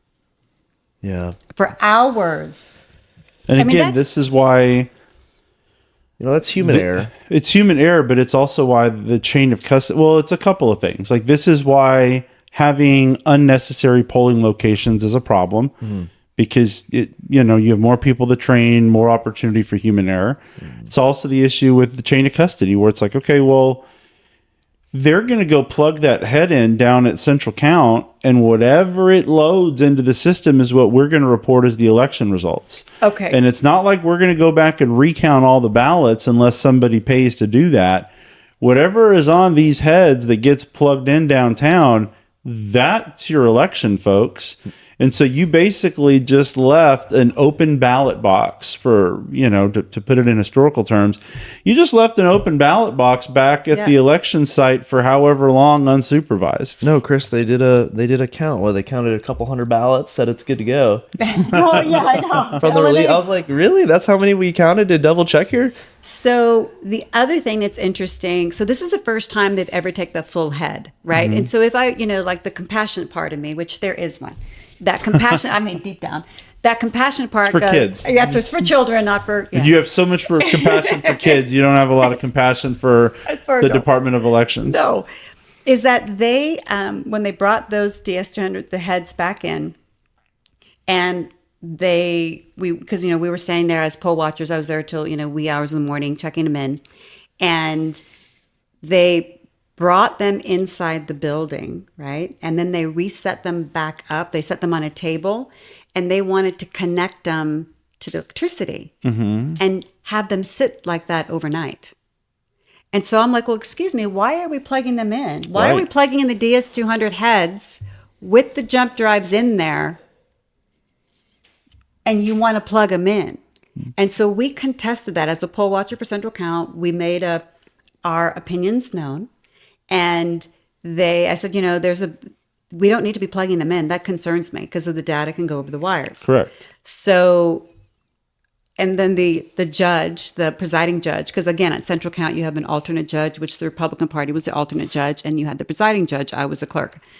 They said, well, yeah, it's a really good point. We really don't need to plug them in because there's a battery in there that keeps them running. So you're right. We don't really need to plug them in because initially Hyder said, because we don't want them to die. We don't want them to die because if they die, we could lose information. And then we reminded them that, well, at night when they're unplugged at night, allegedly, right, there's a battery. So what you're telling me is it really doesn't matter because they can be manipulated because they're on. It's not secure in any way, shape, or form. Now, at least we know from a data transport perspective, because they didn't plug them in, at least when we were there. And again, for full transparency, at Central Count, they're supposed to have cameras on that. They were all in the ballot room, and the cameras in the ballot room were up most of the time, but the cameras in the ballot board at night would get all foggy and will get all cloudy. So I'm not sure how well that gives us a level of security. But I think that it's just interesting that, you change something that profound in the process when some of these judges have been doing this for 10 years, 15 years, and they forget the head, and then you want to plug them back in so you could potentially... Yeah. It's problematic all the way around. How hard is this? I mean, I have a Ring camera. I know when all my neighbors' cats are walking around. Like, it notifies me. You could zoom in. You see what kind of dogs people have. But, like, the cameras looking over the ballots are foggy at night or something. It's like... That's right. It's these things are just like... there's only so many coincidences that can happen before it's like... What is the problem? I mean, even with the voter data, it's a giant spreadsheet. Right. How many... I mean, it's a giant spreadsheet. You're telling me there's not a couple spreadsheet nerds in Dallas County that can't figure this out and stack everything correctly? That's right. Well, and so I just want to unpack, like, again from the start. So we have machines that we know failed their tests before the election starts. We have e-poll books that are malfunctioning and requiring people to monkey with them in the middle of the election. And we know that some of them appeared to have voters on them from the start, oh, by the way, those things didn't reconcile with the paper backups that are supposed to be there for them to reconcile with. So we have machines that we know don't work. Or we have express vote machines that we know are switching ballots. But it's as close as it's going to get, as one election judge would say. So we have the voting machines that we know that are marking the ballots that are doing it wrong. We have the machines that are printing the ballots. We know they're doing it wrong. We have new people on the e-poll books that we can't verify, and machines that fail their logic and accuracy test. And at the end of the day, feeding it into the tabulators, the number of ballots in the box is not reconciling with what the machine is saying that it has. That's right. So that it doesn't take a lot of thought to see why people wouldn't be confident in the outcome of elections in Dallas County. And then I'm going to take it just a little correct. And election night. Ooh, there's an and. Election night. You've got a regional center, which, PSO, by the way, a regional center, because we have 473-ish election sites, and they're all like really spread out, right? So they tried to make this easier, and they've identified, I think there were 10 regional centers so that people didn't have to drive all the way down to Round Table. And these regional centers is where the election judges could drop off their equipment so they didn't have to go all the way down to Central Count. And then the regional centers, they had runners. Now, the runners would take the jump drives, Not the whole head. put them into a bag, and then the runners would drive down. Once they got enough of them, I don't know what the magic number is. Oh, sure. They would then Yeah. run down to Central Count, right? So as poll watchers, we understand Chapter 33 is very clear in what we can and cannot do. And one of the issues that we had is that we wanted to maintain, to ensure chain of custody from the point until it was at Central Count in the hands of Right. Central Count. Well, Hyder's interpretation is that those regional centers, because the TEC doesn't specify, those regional centers, that the poll watcher's job ended, that they could follow them to the regional center, but that it ended there, that they could not continue to follow them down to Central Count. Well, we argued that point, and I instructed our poll watchers to do it anyways. And There you go. so when Well, just taking the law out of it, what possible reason would you object to the poll watcher continuing to observe? Yeah. So their reasoning is because there is a line in the code that says to the presiding judge or their delegate. Mm-hmm. And so what they said was that, well, the delegate is that election worker. That's basically the delegate of the presiding judge on election day, and so that suffices. But why? But why would they object? argue? Why would they oppose?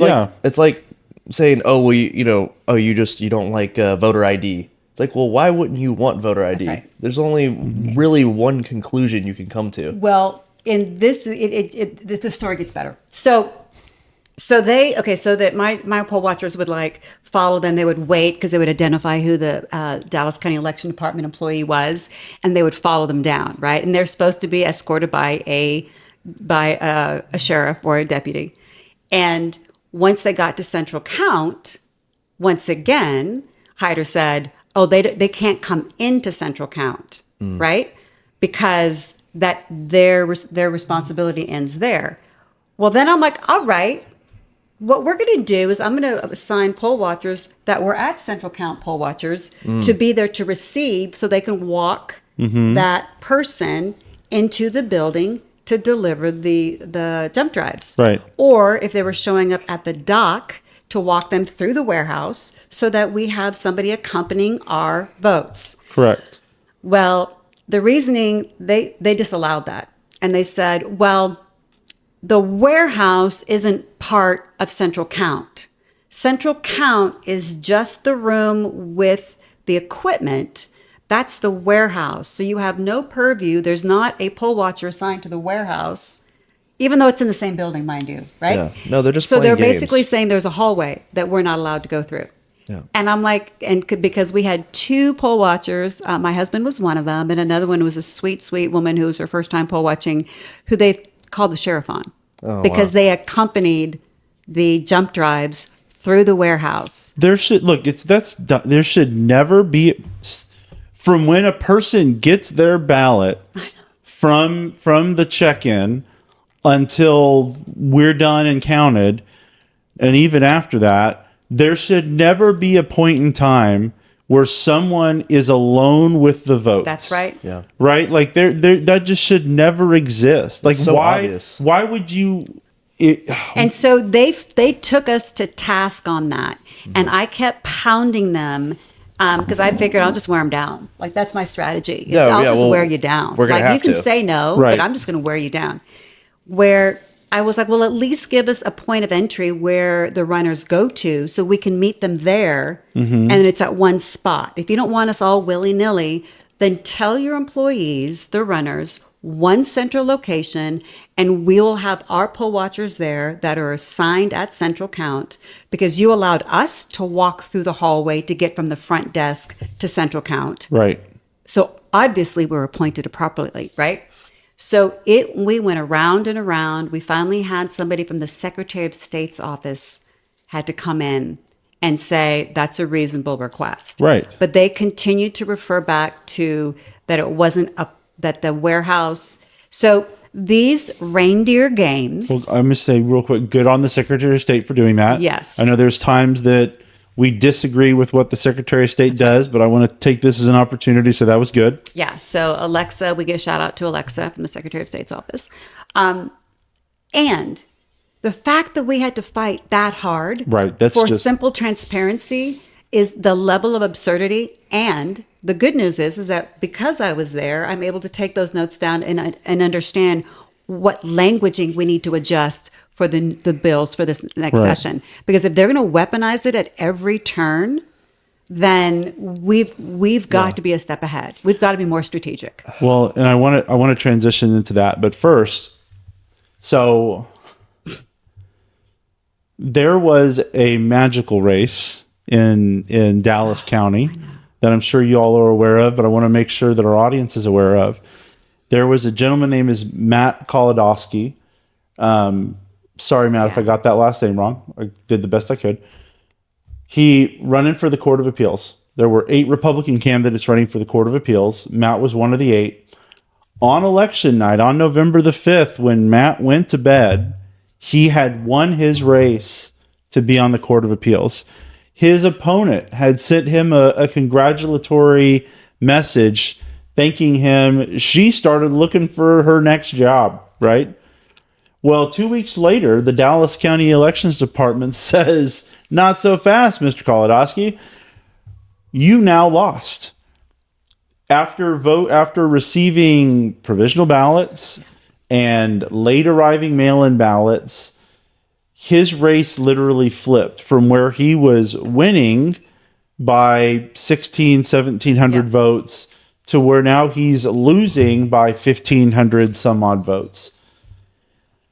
That matters because we've just been talking about all of these issues in Dallas County, all of these irregularities that could very easily be 1,500 votes, 2,000 votes, 5,000 votes. What did you say? Very a easily. 5% margin of error or something like that on the LNA failures to start off with, which is just quite literally plugging the USB in and having the computer pull it. If there's a 5% error rate there, and mind you, the 5% number is just a spitball. It's an if there's a 5%, that's the election. Yeah. Right. And you have all of these different failure points that can add up to be easily these 1,500 votes. So it's not just some sort of like esoteric, abstract, maybe elections are swapped. Here we have a guy who thought he had won on election night that later found out he didn't. And we got lots of things to point to as to areas where that race may have been incorrect. You know, so many areas. And I want to tell the viewers and just remind the viewers that on election night, Chris had mentioned it earlier, but I want to kind of land this plane.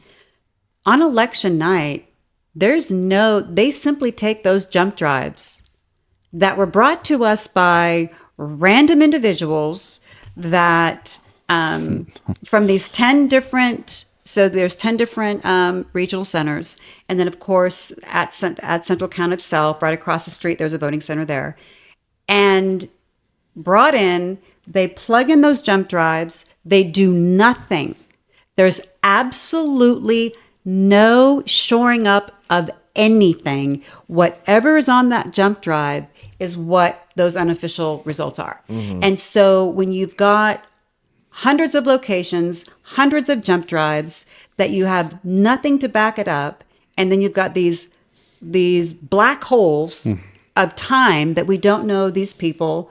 They're not all with deputies, and we're just supposed to trust the process to the point where I would say that candidate has got more than enough documentation, especially with the rapid response team, making sure that we have affidavits, we have what we call them declarations of truth. All these concerns that people have called in about, we had them put it in writing and swear to it that it's true. So this is not just a rumbling of something's afoot. This is a reformation of that the people are coming out in droves and willing to fulfill the obligation of writing an affidavit. We even had, Chris, a mother from North Carolina called me and said that her son saw some shenanigans going on at a voting center. And she said, would you look into it? We called this was states away. Right. This is really a reformation of we the people have to stand up and do something and be willing to follow through. Right. Because we saw this 2 years ago, but there was no follow through. And so as a trial lawyer, one of the things that we are taught is don't prove more than you have to. Right? Don't set the bar too high for yourself. Don't go prove something more than you have to. And I bring that up in the sense of we're not sitting here saying that we have absolute evidence that their election was stolen. That's right. Or that there was intentional malfeasance. Not saying that it's not there. But what we're saying is just the pure incompetence in how this election was conducted creates plenty of opportunities for votes to be inaccurately counted, inaccurately cast, and God help us, but let's hope it's not, but maybe, who knows, or have intentional changing of votes, intentional manipulation of the outcomes. When you have an election administrator that seems to me hell-bound and determined to create these little black holes of oversight, where it's like, you can't follow the runners from the, I know that you can follow the votes from the voting center to the regional office, but I'm going to decide that you can't follow those votes from the regional office to the central count. Yeah. Now, if you want to go from the polling location to central count, follow away. That's right. But if we're going to create this little black hole where, I don't know, make sure you have enough of the jump drives, hop into your car, and no one's going to watch you. Oh, and by the way, when you get down here to central count, we're going to kind of create little privacy zones for you. So as you're moving through central count, we can't see what you're doing with any of this stuff. That's right. That's where, even if there's not intentionality at foot, the incompetence is enough to destroy confidence. And, this was the first year that I've been at Central Count since 2018, where there were actually Democrat poll watchers at Central Count, which was interesting. And I had several of them ask me, because we were walking through during early voting, we were walking through with an escort through the warehouse. And one of our poll watchers was a little bit of ahead, and Hyder literally screamed at her, saying, "You need to stop!" And she's like, "What? I'm just walking. Like, you guys are right behind me." And he was screaming at her. It was really offensive.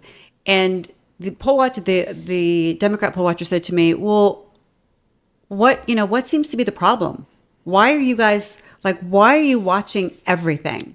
And I'm like, "Well, look, I'm not saying, to your point, that there's fraud." She's like, "What are you worried is going to happen?" Because she was trying to follow somebody that was a ways up, and he didn't want her to. And she's like, "I'm a poll watcher. I can watch, according to the Texas Election Code, Chapter 33. I can watch any activity, and that is activity." Right. And so this poll watcher was like, "Well, what are you guys so worried about?"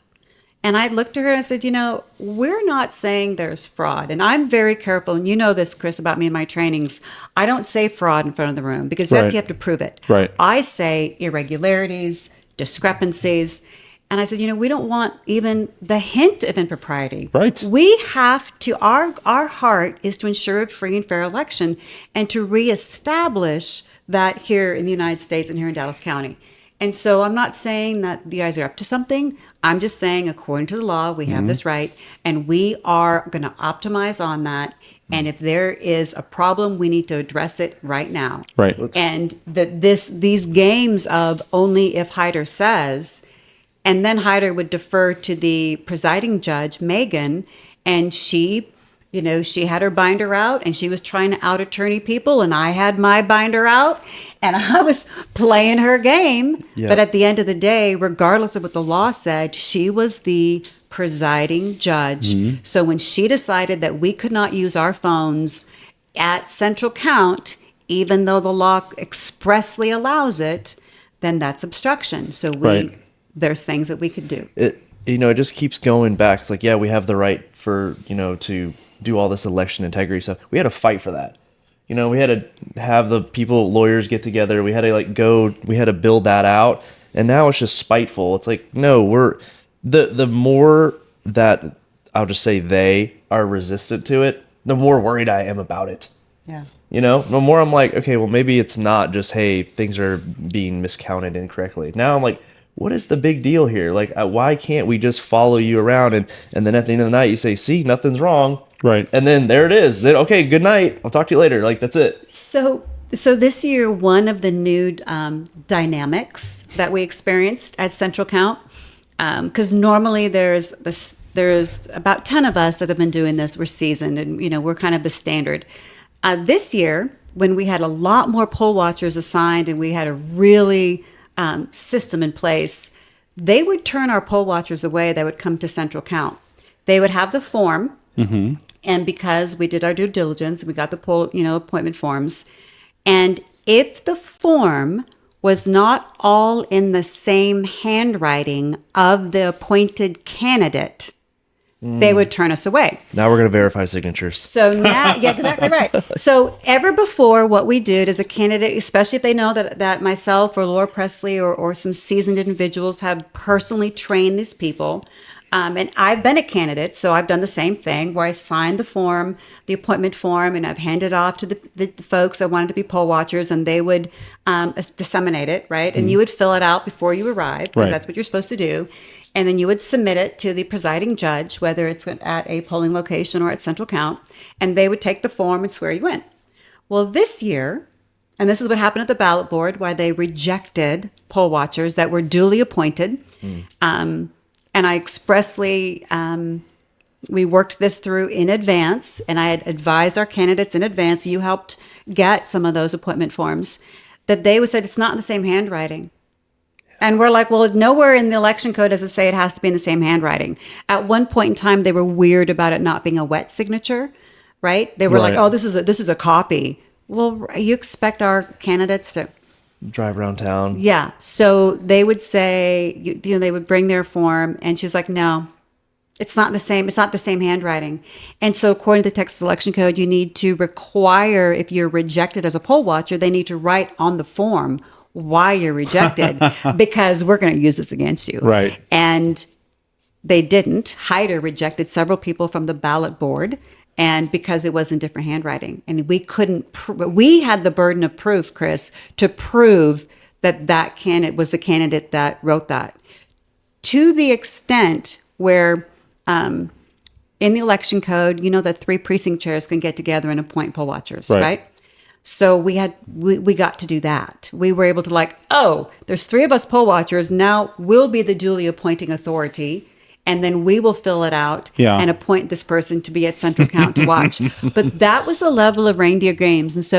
And they would pull out their, it's absurd when she would try to out. And then, of course, it was my responsibility to advise her that she was obstructing, and that is a misdemeanor. Right. But that's the level of absurdity. So to your point, okay, why are you so worried when there's no specific identifying number of poll watchers that we're allowed to have according to the code? So we had abundantly more, but you're going to turn certain people away. They didn't have the form filled out. You're going to bully these individuals who, that's what it is. 2:00 at night, 3:00 in the morning. We were there. We had people spend the night. We had such amazing poll watchers that we had a team because they weren't getting they were going to stop the count. And you have to have your counts voted by, everything has to be in by 2:30 in the morning. Yep. You have to have your counts voted. And so we had poll watchers spend the night at central count to stay and help. Well, and I think a lot of voters would be astonished to learn that, look, all they're doing, and all they're doing to count the vote is just plugging in a USB. Right. Yeah. So it's the polls close at 7. Mm-hmm. Yeah. Maybe a few are open till 8. Why is it not in? Why are you not getting these until 2:00 in the morning? That's right. Right. It seems like, I don't know. I haven't driven every road in Dallas County, but I don't think there's a polling location that's 5 hours away. No, and you don't have to drive like the Italian job either. You can go around Dallas multiple times. So it's just that's absurd. And well, it just goes back. This is the thing. Why does it matter? Why do we care? Because we have a voting system where you have millions of secret ballots cast.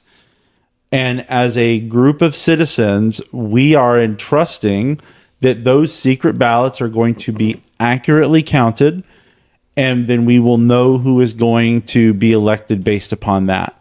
So it's not honestly, the confidence in the election from the voters is as important as the accuracy of the count. Mm-hmm. You can count it accurate all you want all day long, but if people don't think that you're accurately counting it, then you have chaos. Well, and we had judges, right, who take an oath to follow the law.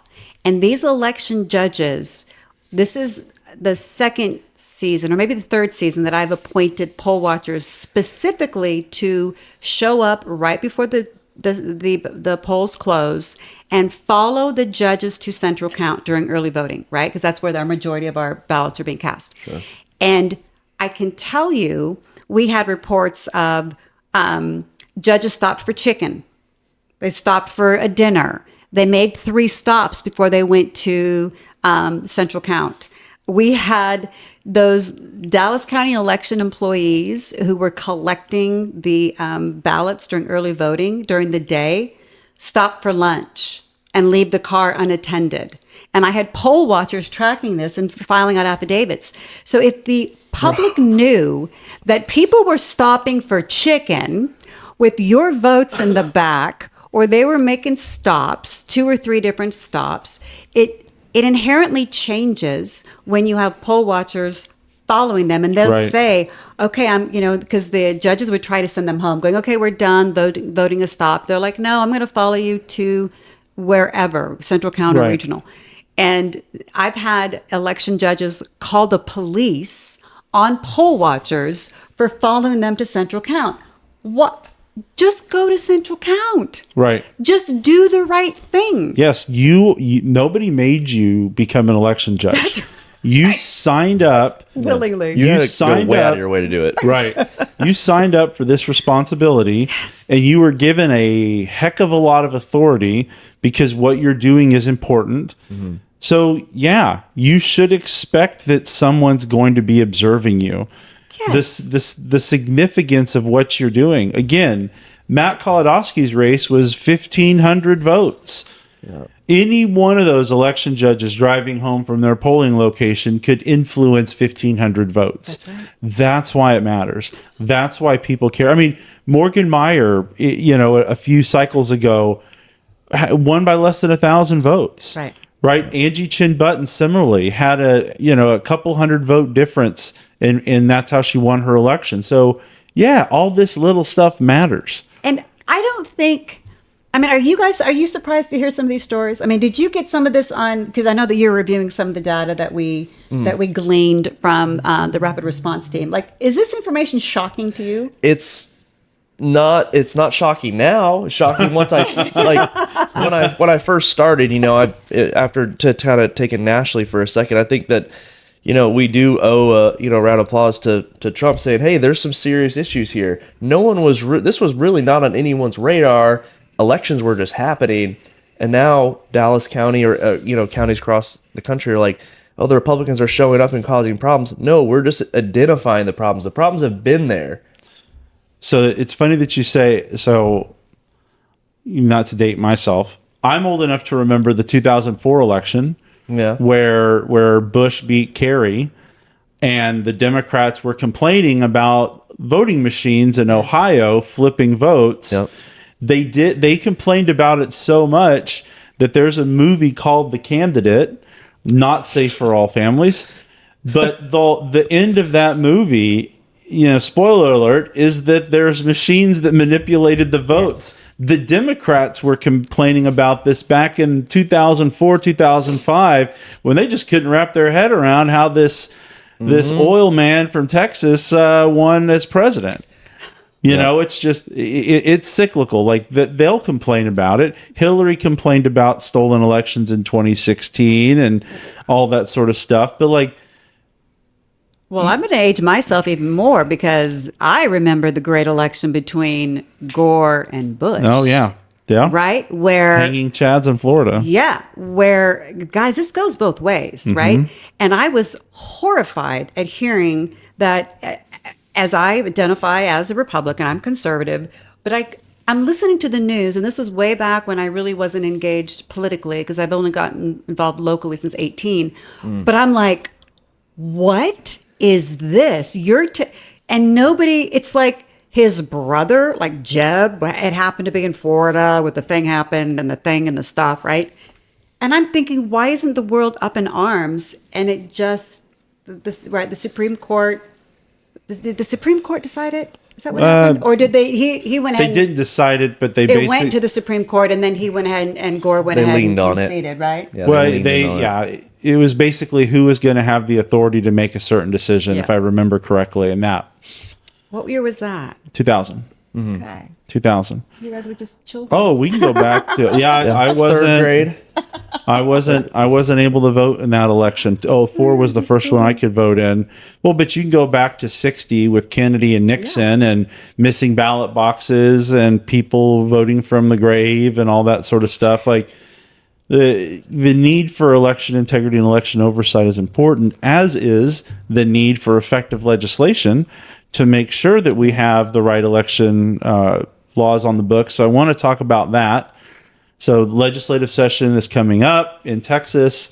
For those of you that don't know, states are given the constitutional authority to determine their election laws, to determine how their elections are to be conducted. So what the Texas legislature does in the next, we'll just say year to be generous, is what's going to determine the election laws for the next governor's election in 2026 or presidential election in 2028. So Tami, given your extensive election experience and your extensive legislative experience, I would be interested in what some of the specific changes you would look to have be made in Austin over this next cycle. What I want and what is actually achievable, clearly two different things. Dream big. I know, right? Dream big. Let's hear it. Ultimately, I want to get rid of the machines. Yeah. I think the machines are and this time it wasn't an isolated situation. This time it was systemic, and not just in Dallas County, because I think I mentioned that we had other counties calling us going, we're having problems. So I think if we can look at, number one, the biggest thing I would do is go back to precinct only voting, right? And I know that the TEC allows for the countywide voting, but I'm telling you, it's so much easier to be able to audit. We need auditable elections. So if we can go back to precinct voting, number one. Number two. And just if I could real quick on that, number one, when you say precinct only voting, does that for you include maybe a voting center that's a collection of precincts, but everybody is assigned to one designated voting location? Yes, and so right now, as it stands, I mean, there's some funny language. We had some election integrity bills that passed that had some unintended consequences, right?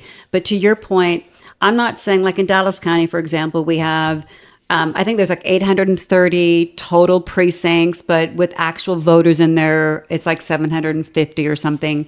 And then out of those 750 precincts, some of them only have like 11 voters. Right. And so let's use some common sense. Right. Let's identify voting centers within a particular region, and that's the voting center that you go to. And whether there's 5 or 11 precincts that are kind of grouped together so it's convenient for the voter, I know that's important.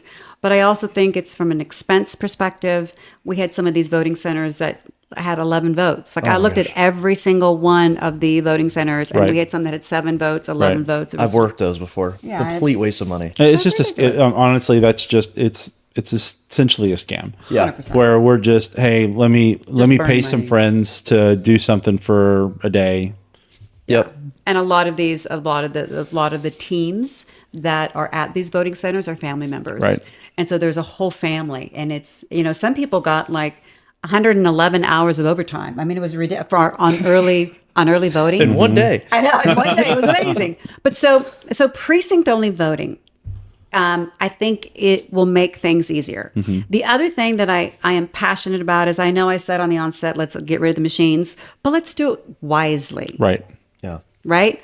Like, is there a problem with running it through, running the voted ballots through a scanner that would actually scan and count those bubbles accurately? Right. I think that's doable. We've had it for years and years and years before. Take right? a photo of it. Yeah, and do an image. And so, like the 850 at Central Count is all it does. It's like a dumb counter, right? You just go through. It's not attached to anything. It just counts and identifies it. Yep. I think counting that way, I think it's great. Absolutely. But if we can hand mark them, I think that's critical. Hand marking it. And then even on the check-in system, because we thought this through when we were putting together our Plan B for Dallas County, there's a way to print the unique ballot styles, right? So if you have a voting center that has 11 different precincts together, and maybe some of that might even have different candidates on that. Sure. You can still have these unique printers that will print out the ballot for you, right? And so you can have 11 or 12 different ballot styles at a location, and they can print it out for you. And then you mark it, you look at it, you double check it. These are my people. You hand mark it, and then you put it through a dumb tabulator that counts it. And then, like in the good old days, you would have the results at that voting center. Right. And then those voting centers, the judges would maintain a copy of the records. Right. Because they were not early vote guys. We did not get tapes. Right. Yeah. Which is ridiculous, because that's a stamp of what happened at this particular location. They didn't run those tapes, so it's not auditable. So what if incrementally, precinct voting, you print the ballot styles there, Right. and then you have some form of calculation, and then you have your results, and then you all report your results to the Central Count, which is why it's called Central Count. Right. And then if as a judge, you kept your records and the alternate judge kept the records, Yep. all of a sudden we've got a heck of a lot more transparency. Absolutely. And the other thing that must happen, So that's number one. The other thing that must happen is the voter rolls, to your point, have to be cleaned up more effectively. They use Chapter 85, the administrative code, like wildfire. So what they say is, you voter have to submit your voter registration 30 days, but we have all the time in the world to process it. And that's why the voter rolls change every day, even through election day, is because they're using the administrative code Chapter 85. No, that's The same thing they do at Central Count with a lot of these issues that we have. And I have a whole little cheat binder full of problems under the administrative code. So if I can go in and clear up that language, we don't have to do an overhaul, Chris. Right. We just need to fine tune it and be strategic. Well, I mean, so I will play a bit of devil's advocate. Not meaning to play devil's advocate, but just sort of like iron sharpening iron. One of the biggest issues I've been told by lots of folks on making some of these changes is we have a lot of counties in Texas that don't have a problem with their elections, right? We have a lot of these smaller counties in Texas that aren't running into these same issues that we have here in Dallas, right? I mean, so they don't really see a need for the change, right? For them, there's not a problem. There's some of our counties that, yeah, they have one early voting location, right? That's it. Like, you go down to the county courthouse to cast your vote. That's it. We don't have all the different stuff like Harris or Dallas or Bear or Travis or anything like that have. So I guess I would kind of like to see, because I agree with you. We have to stop countywide voting in Dallas County. It is the linchpin for so many of our problems. Because if you do away with countywide voting, then you can have assigned polling places. Those assigned polling places could have their total roster. It's a physical list, or it's an Excel spreadsheet that's on a laptop, or whatever it is. We don't need poll books. Mm-mm. We don't need poll books that hook up to the internet and can be fiddled with, right? We don't need that, because these are the voters that can vote here. That's right. And we don't have to worry about weird registration lags, because no, we're printing the list. These are the people that can vote here. Yeah. And then we have only 6 ballots that we're printing here, right? So we have people that can make sure that the ballot types that are being printed are correct, because we only have 6 of them that would be at any location. I'm just using as an example. And then you could go back to having, a dumb tabulator and all that sort of stuff. Like, to me, it's just, it's not an overhaul. If you pull out that countywide voting thing, mm-hmm. So what we're essentially saying is that for a little bit of additional convenience, and I'd really be interested to see how many voters vote outside of what their normal area would be. It's not much. But for a little bit of additional convenience, we are exposing our election. Because it's not even, like I said, it may not even be, look, if you're Russia or China, Dallas County is one of the largest metropolitan areas in the whole United States of America. In a very important state. And if you want to jack with elections in Texas, and you have a system that's completely hackable, yeah, we know that we can go add voters to voter rolls whenever we want to. Mm-hmm. We know we have machines that we can fiddle with who actually the votes, that's easy. Yeah. That's an easy exposure that we could just eliminate by not having countywide voting. Well, didn't we pass, I'm thinking through, it seems like a lifetime ago, but our last legislative session, and we passed some stipulations on voting for the larger counties. Mm-hmm. So I'm not opposed to having that same type of potential legislation available to us for the larger counties that have X amount of voters, over X amount. And the other thing, I mean, unfortunately, Dallas is not as conservative as I would like it to be.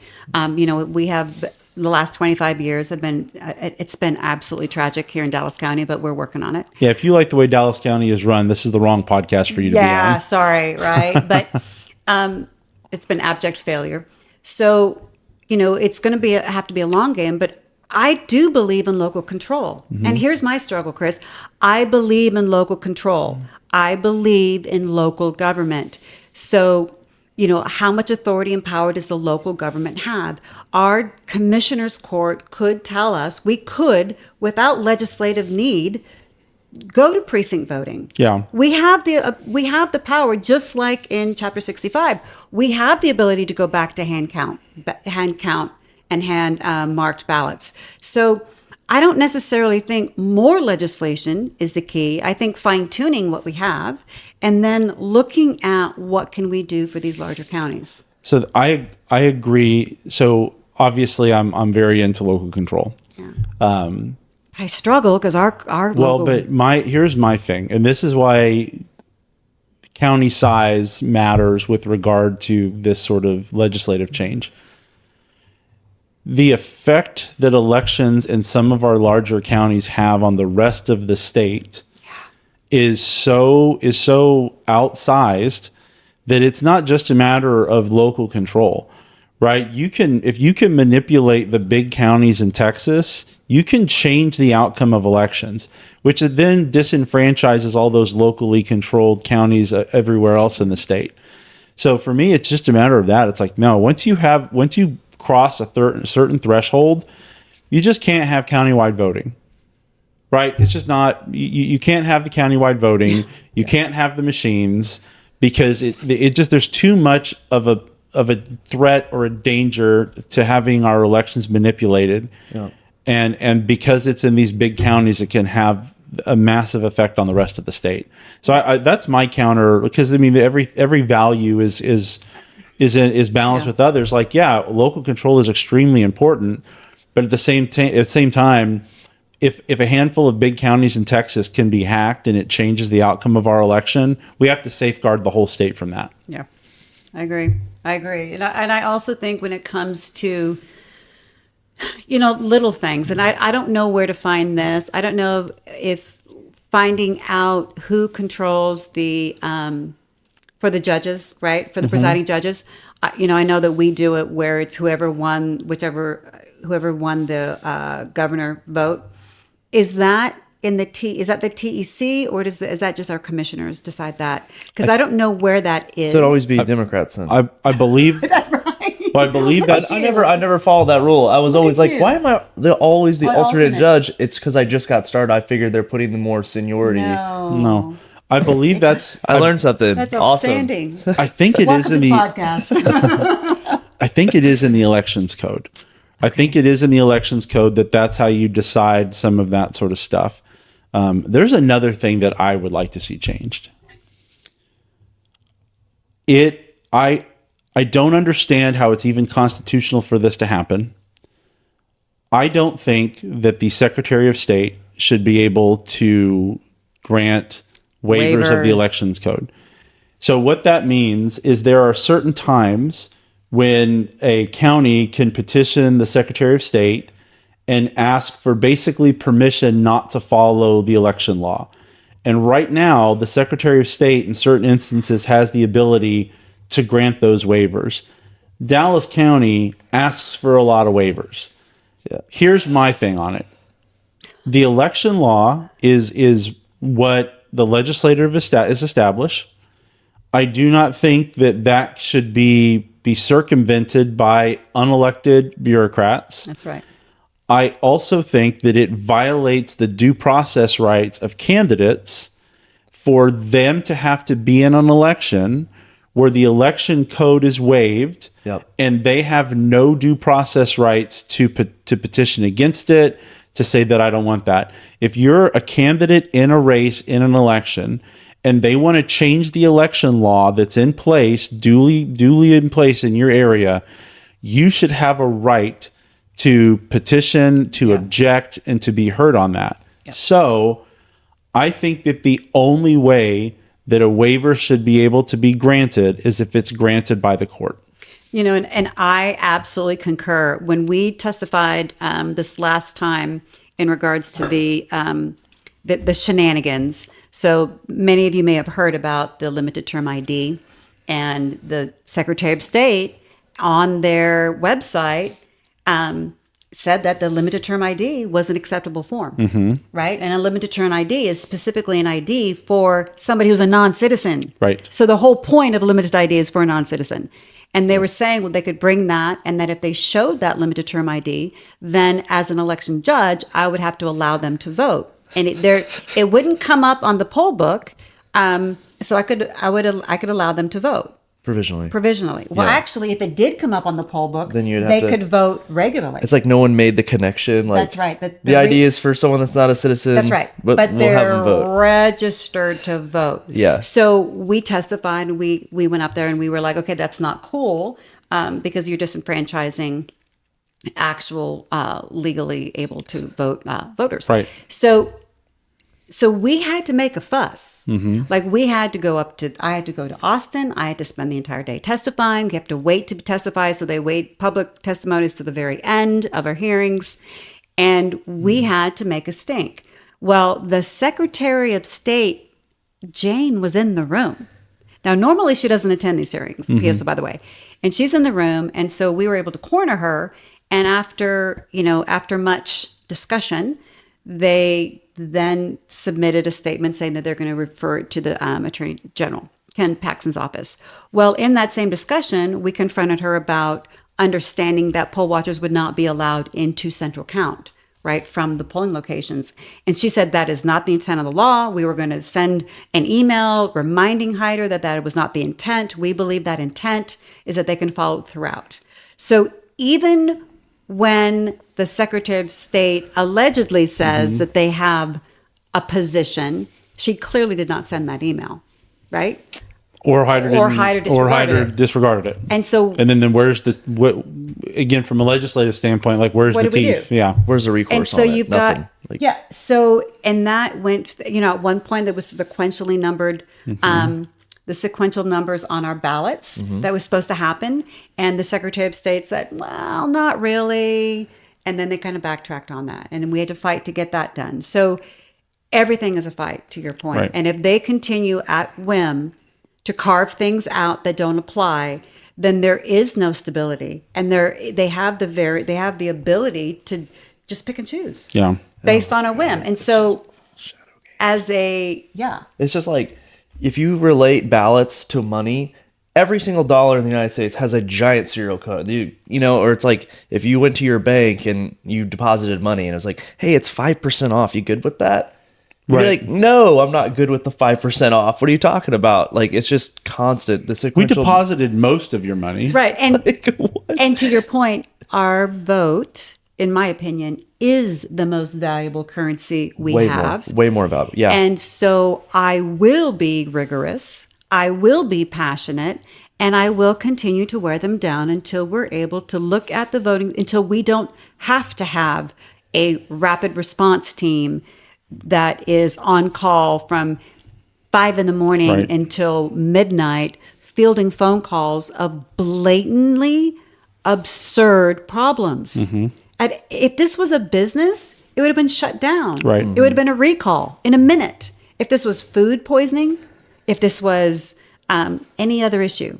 But because elections have been weaponized, I think, in the last however many years, it changes the narrative and we get to correct it. And I think, Chris, you and I have always talked about, let's come with solutions. Right. And look, I want to give credit to Republicans at every level, right? So the RNC, Chairman Whatley, our committee woman, Debbie Georgatos, focused on election integrity. Boy, Debbie, if you listen to her podcast, America Can We Talk, like she's all over the election integrity from a state level. Like Abraham George, Matt Rinaldi, they were very big in this space. They were pushing, they've been good resources. Our county level, I mean, the first thing that Alan West did day one was address election integrity issues, election oversight issues in Dallas County. We set up this rapid response team. From the RNC, I was a part of the Republican National Lawyers Association, who we had lawyers all over the country. We had lawyers moving to different states or going to different counties to provide election assistance. Like, I think for one of the first times, the Republican apparatus from the top to the precinct was organized and was pushing in the same direction when it came to election oversight and election integrity. Not just screaming, but like actually putting solutions into place. And I can tell you, and I think I shared almost all of the demand letters that were written. So when we're setting up for these elections, and there's so much work involved, we had weekly calls with the Dallas County Election Department. We had ongoing discussions of the reviewing the operation plan, and of course, I had it printed out with me. And so when they went to the left or to the right of that operation plan, I was able to kind of hone them back in. But I have to give props out. Colonel Allen West, because those of us that have been at Central Count and we knew the problems, he heard us, and we were able to put together demand letters on issues down to the way poll watchers are treated at Central Count, and they responded. So we had so many wins internally with those demand letters being sent to the Dallas County Election Department and forcing them to follow the law. That was more wins than we've had in years and years and years and years. So if you don't know that, right, if you've not been down there and been abused by the employees and been locked out of places, and I mean, it's difficult. It's emotionally difficult to be there because it's so combative. Yeah. But having that kind of support locally was incredible. The distinction between this administration and our past administration here at Dallas County, I can't tell you. It's so exciting. And again, this is a process. So those of you listening, I'm going to be reaching out to you, and you need to understand that we need watchers and workers for this upcoming election. Let us not forget. Let us not be like, oh yeah, we won, and then get lazy. Right. That's my fear. My fear is that we won, and so nobody's going to worry about this. But again, remember Matt Kolodowski, right? Like we didn't win everywhere we needed to win. That's right. And we have people that were directly harmed by some of these issues now, or appear to be directly harmed. You talked about your rapid response team. Are there any folks on there you want to give a shout out to? Because I know that your list would be very long, but just some of the folks that you were working with that maybe don't always get recognized that deserve that recognition. You know, every single one of the individuals on the election oversight committee really stepped up and did some amazing things. But I have to say, people like Steve Ellis, who he worked with me the last couple times as a poll watcher, but he really did an amazing job with logistics. Like, his project management skill set was off the chart. Like, I love being in a meeting with him because it was 30 minutes up and down. Like, he did an incredible job. That does sound nice. And he really was consistent. He really bridged the gap because he didn't have a lot of experience, but he knew to listen to those of us that did. So Steve Ellis, you're a rock star. Wes Bowen, I've worked with Wes several years in a row, and he just stepped up, and usually he's kind of the guy in charge, so under the past administration, and for him to be as willing and to provide us with historical information that we may not have known within some of the assignments on the locations, the history behind some of these election judges that have been problematic year after year. Madeline, she was incredible. She worked as early election judge, and she helped with putting together the sign-up genius that we did such a great job with, and fielding calls when she could. And I can't not say a huge thanks to Liz Beazle. Elizabeth, like, she's the youngest woman on our team. I was going to say girl, but woman on our team. And, you know, she was there. Her and her mom, Beth, did an additional training for us when I was unavailable and couldn't do it. Diane Kelly, she had never really operated in that capacity before, and she was able to kind of be really fluid and knowing when to step in and knowing when to step out. And Lee Jenkins, she was kind of like overseeing the Central Count team. And again, she didn't have a whole lot of experience, but she leaned in on those of us that did. Yeah, and she's a brand new precinct chair. Yeah, she's brand new. And of course, Kristen and Sammy, I worked with for years and years and years, and she's really the solid understanding of the Texas election code and has taught me so much. So, I mean, all these people were amazing, but I'm telling you, when we said we're going to be available and I get a complaint from one of our ABD members was like, I called you at 11:45 at night and you guys didn't answer.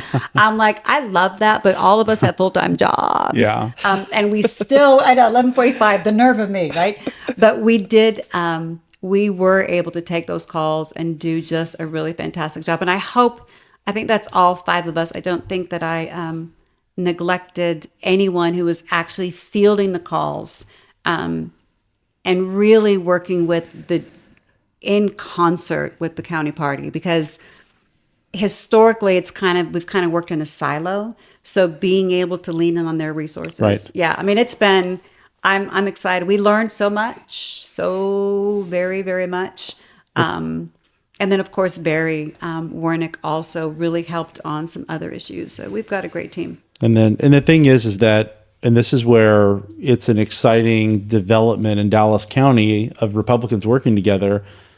Those aren't all precinct chairs, right? That's a combination. Some of them are precinct chairs, some of them are, but it's the subject matter experts. And then you have, Susan Cumby and Patty Clapp and all of them that were offering their wisdom, helping to recruit election judges and clerks and all that stuff through the process. Cindy Holiday, right? Like it was a big team of people, but it was also because Susan and Patty for years had been the people to recruit election judges and clerks.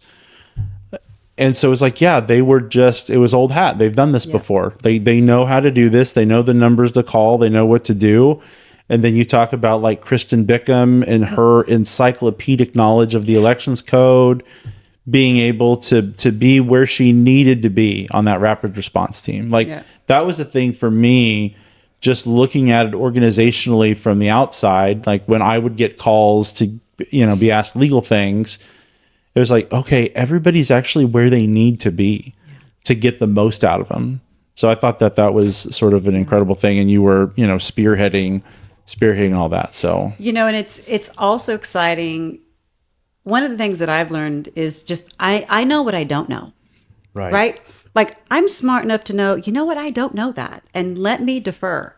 And I'm starting to see more of that within our, the grassroots. Mm-hmm. And that's really exciting. Instead of it being about look at me, it's about, okay, how can I help? Beth Beazle coming in and being, okay, how can I help? And so she took some calls for us when, I was unavailable. And it really, the fluidity and the ability to work together. I've worked on a lot of organizations, and it's super encouraging. And of course there was disconnects, and if people's feelings got hurt at times, and, I would be a little, kind of a steamroller at times, and I know, shocking.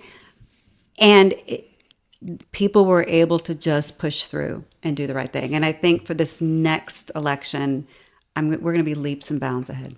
Yeah, and that's not even including all the training that you did, that Deborah Arnett helped you with. I mean, there was just so much stuff that was going on leading up to the election. Like it was a mad dash. That's right. From June to November. That's right. And we had, I think the other person is Preeti Malati. Mm-hmm. Let me tell you, when I started training her, like a year ago, maybe, or 2 years ago, and she started coming to my trainings during the Lauren Davis campaign. And she went to a bunch of different trainings, and she finally was able to connect with ours, right, with A Better Dallas.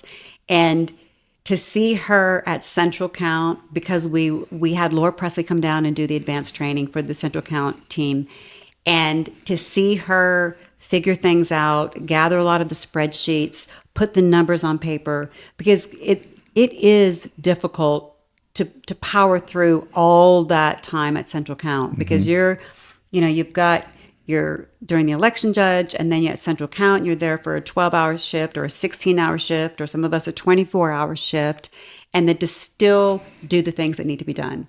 And I love the way her brain works. Yes. And she may not have as much experience, but she's really good problem solver and really linear thinking to be able to hit the pieces that some of us that just take it for granted, right? So we had an amazing team. Yeah, Definitely. Preeti is so, and she's very intelligent. You know, you talk about being, I mean, she's a surgeon, right? So like, yeah, being able to adjust on the fly and do the right thing in stressful situations is something she might have a little bit of Oh experience my gosh, doing. it was amazing. And then I don't think people who've not been at Central Count understand that Central Count just isn't those 2 nights. Like we had our own entire subset. Like they're, a week afterwards, we're still having needed people at Central Count. Think about the ballot board. Right. Days and days after the election.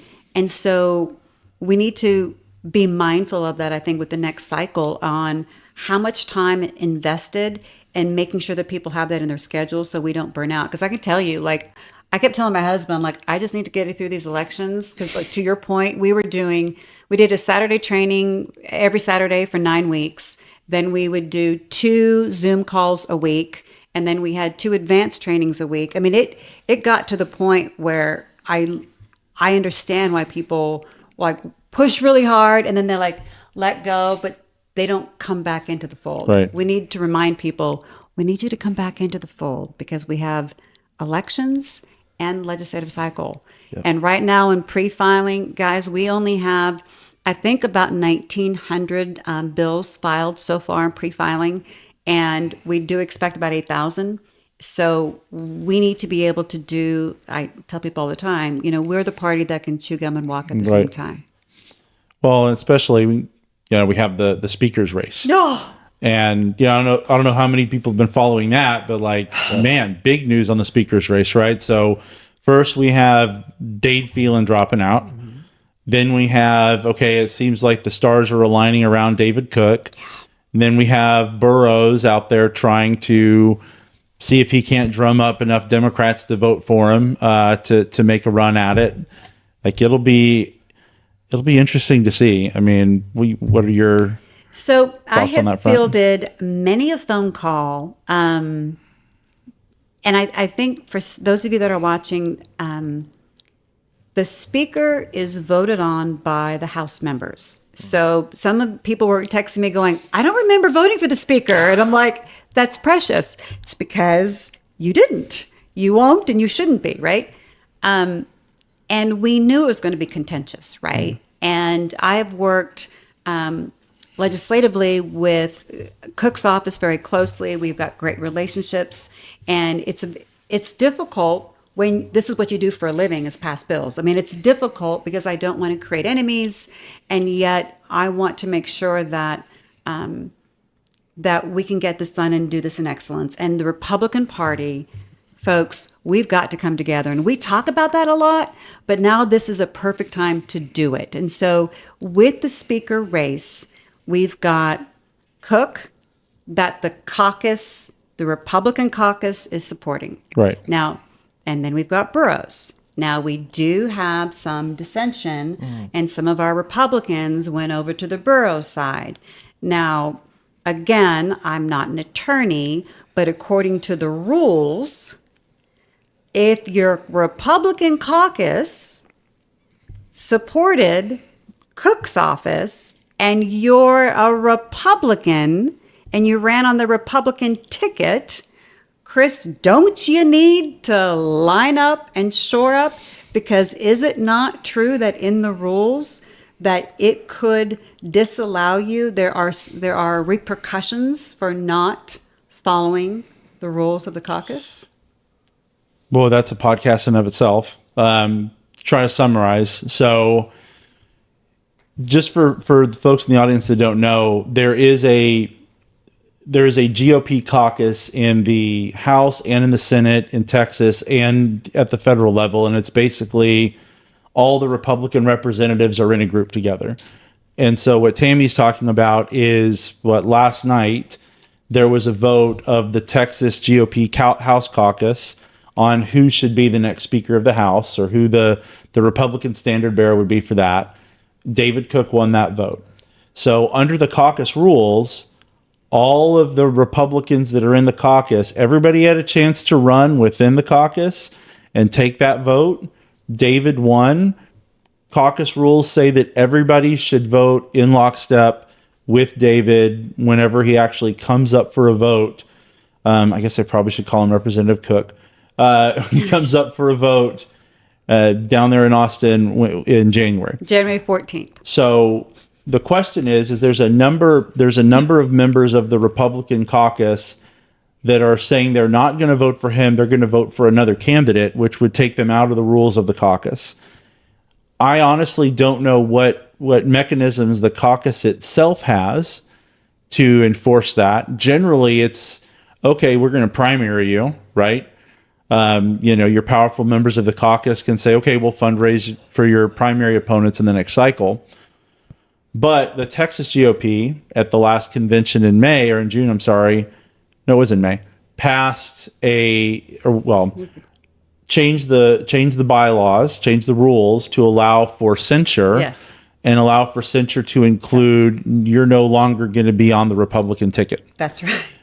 The state Republican Executive Committee, who is meeting right now in Austin, well, they voted, I believe, yesterday and passed a resolution that essentially said, okay, the caucus has voted.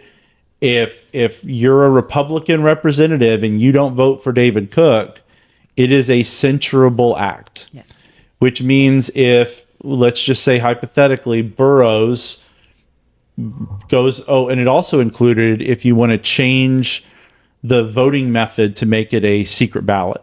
So when they vote on the speaker at the legislature in Austin, it's not a secret ballot. It's you stand up and be heard. So the SRAC said, well, if you try to make it secret or if you vote for somebody that's not David Cook, we can censure you. So how that would practically play out is if that happens and somebody doesn't vote or they try to make it a secret ballot, the SRAC can then meet again to censure that person. And it's part of censuring them, which is basically just we're disciplining you. They can pick what the discipline is. So it might go all the way up to we're going to disallow you to run as a Republican in the next cycle. I have questions about whether or not that would be kosher under the elections code and whether or not there could be a legal challenge to a censure to remove somebody from being able to run under the party. And I say that only because it's an additional qualification That hasn't already been listed. Yeah. Right. So I don't know. Like that's a tough thing on a primary vote thing. I don't know if that's been tested yet, but yeah. So I have some questions. Okay. So allegedly there were 26 people that walked out before the vote, right? That's what's being reported. That's what's being reported. Okay, so I'm trying to figure out, I want to think about strategy. So let's just say you're mad because your guy didn't win. Right. Or you knew that you weren't going to get the numbers. You couldn't whip the votes. And so you just get mad and you walk out. They walked out before the vote was taken? Does that happen? Or did they walk out after the vote was taken? I think what's being reported is that they walked out before the vote was taken because they didn't want there to be some sort of stamp of approval. Okay. Yeah. And so I'm just trying to figure out, your constituents voted you in to be a Republican. The Republican caucus voted. You didn't get the numbers for your guy to win. And so you walk out and you're making basically a deal with the other side. And now your names are public of the people, the 26 members that walked out. And you've got some of the individuals. I was at a Christmas party last night, and people were spiraling out of control. And those of you that may not know me, I literally am, might be a steamroller, but I am the eternal optimist, right? And so I'm telling them, you know what, it's okay. We've got until the 14th. We can put pressure on these people. You need to call your legislators, identify those 26, put pressure on them, public shaming. I'm all in. And everybody else was spiraling. They were it's over. There's nothing we can do. That Cook doesn't have the numbers, and it was weird. But Chris, don't you think that from a strategic perspective of what we can do, of what we the people can do, is make sure we publish that list of individuals that walked out or allegedly walked out, and or identify those that did not vote for him, and then put pressure on them to support that individual that the caucus has voted for? Like, isn't that what we, the people, that's the only thing that we can do, right? So I will say, I think there's a disconnect between it being we the people and it being party politics. And I say that in the sense of, if you're an elected official in Austin, you're elected to represent everybody in your district, your whole constituency. And I will say that within party politics, the people that are decision making within party politics are an incredibly small slither of that total constituency. So I think that absolutely, if you are supportive of David Cook as the chair or as the speaker, then you need to be putting pressure on those 26 to follow the caucus rules. They join the caucus. They're a part of the caucus. They ostensibly receive benefits from being in the caucus. They have a duty to follow what the caucus rules are, and that would be vote for the person that won the caucus poll. We just saw that in Washington for the Senate race, right? Where we had the GOP caucus up there meet, or conference up there meet, and select Thune. There were lots of conservative Republicans that were appalled at the selection of Thune, but Ted Cruz didn't go storming out. Rick Scott didn't go storming out. They respected the fact that it was a fair vote of the conference. Thune's the person that won, and so that's who they will then go to support on the floor. I think the Texas House Caucus should be doing the same. If somebody else was a better candidate, they had an opportunity to express that with their other caucus members, and they failed to do so.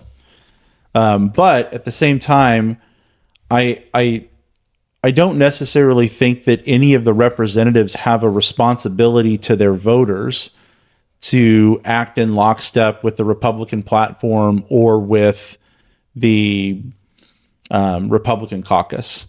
I think there are other things that would give them a duty or responsibility to do that. But given that a majority of the people that are their constituents, voters or not, probably are not part of the Republican Party, I kind of, that's a hard connection for me to make. And so for those people that are spiraling, I would say my strategy is going to remain the same. Oh, yeah. Contact your representative.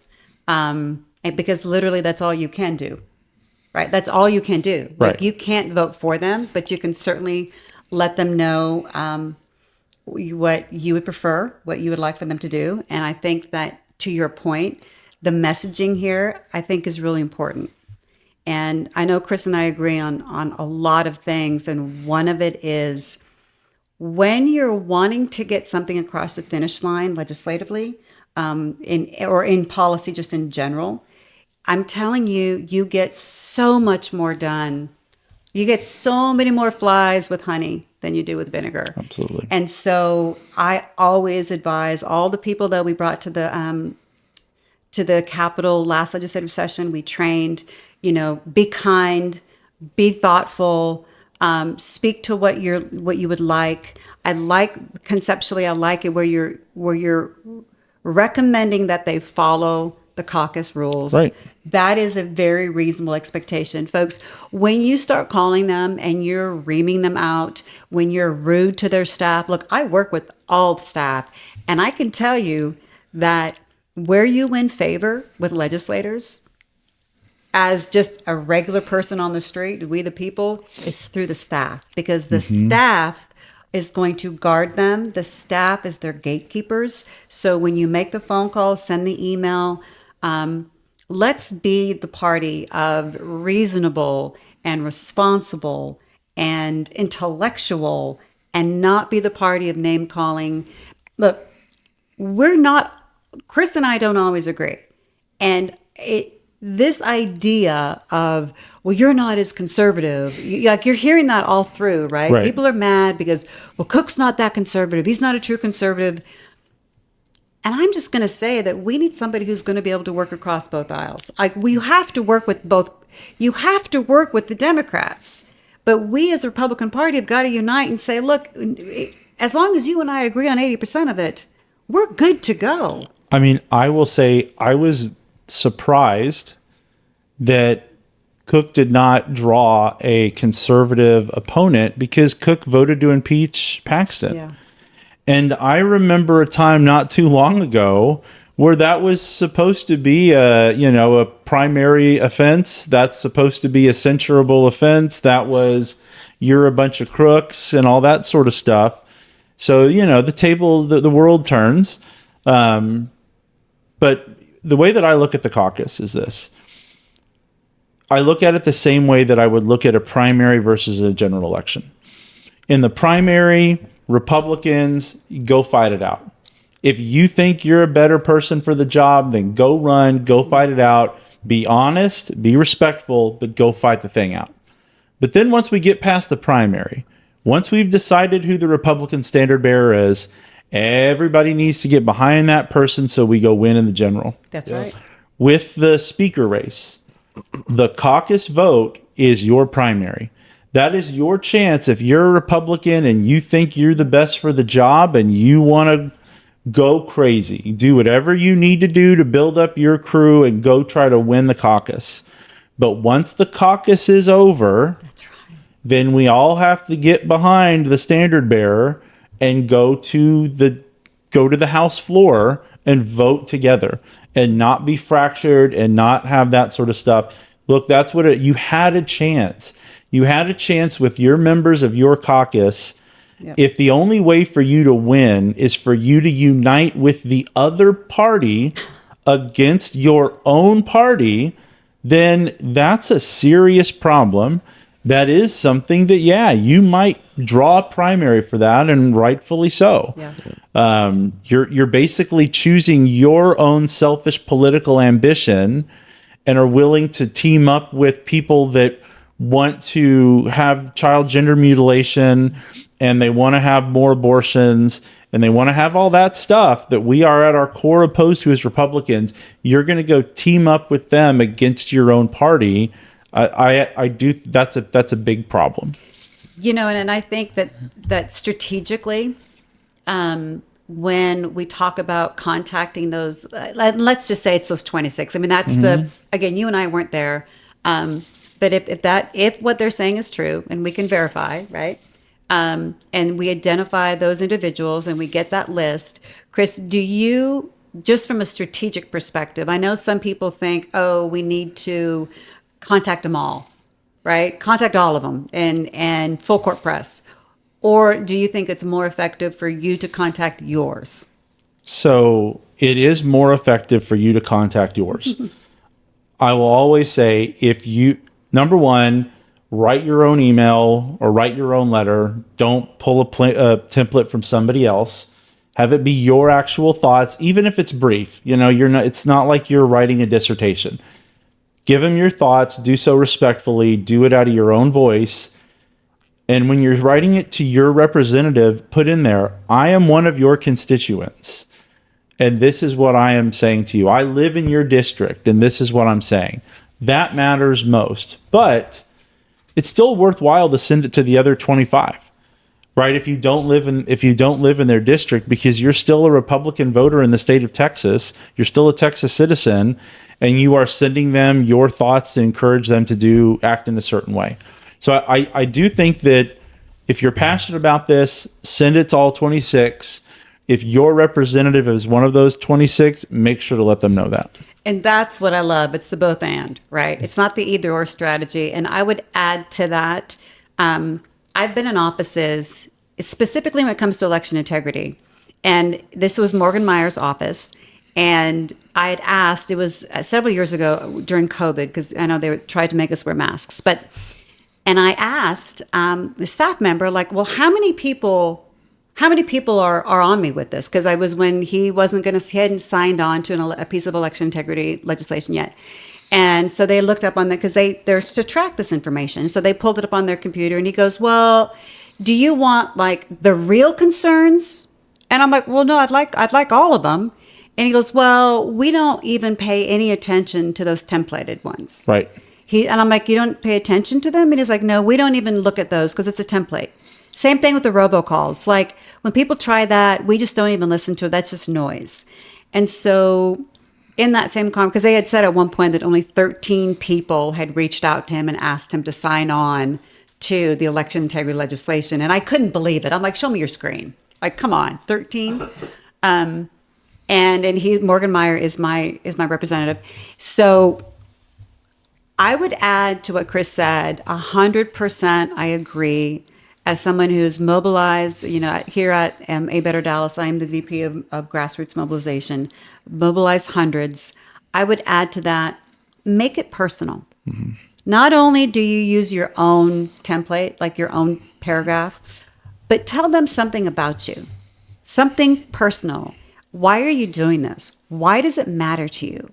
Let's not be so busy in our life that we can't really think through, why does this matter?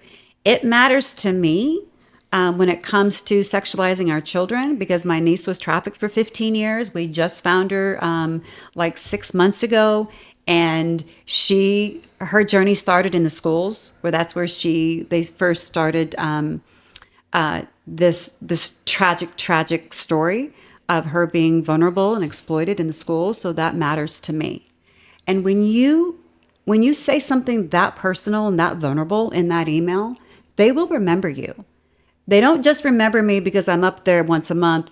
They remember my story, because that's important. So what are the conservative values that matter to you the most? And that is why this is why it's so critical to have a Speaker of the House that represents the will of the people. And that's where, to try to put it into real terms, you write a letter, you write an email, and it's, hi, my name is Chris. I'm one of your constituents. I live in the district. I'm writing because I want you to support David Cook. He won the caucus vote. This is particularly important to me because I have a family member that was trafficked. One of the Republican legislative priorities is to stop sexualizing Texas kids. And David Cook will not use Democrat chairs to potentially block that legislative priority, right? That's covering the whole basis. Whatever that story is for you, that's sort of the idea. Tami, I want to thank you so much for joining us today. Yeah. Where can our audience find you, follow you, know what you're up to, be activated by you? What do you want to share with them on that front?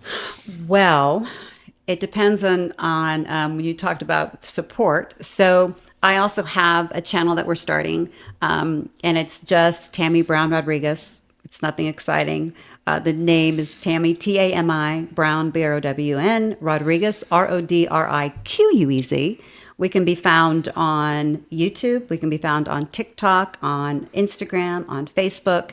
And I do shorts, so we do about 10 to 15 minutes. And it's really about not only political issues, but lifestyle issues, and really working in the same vein of having conversations with people who think different things.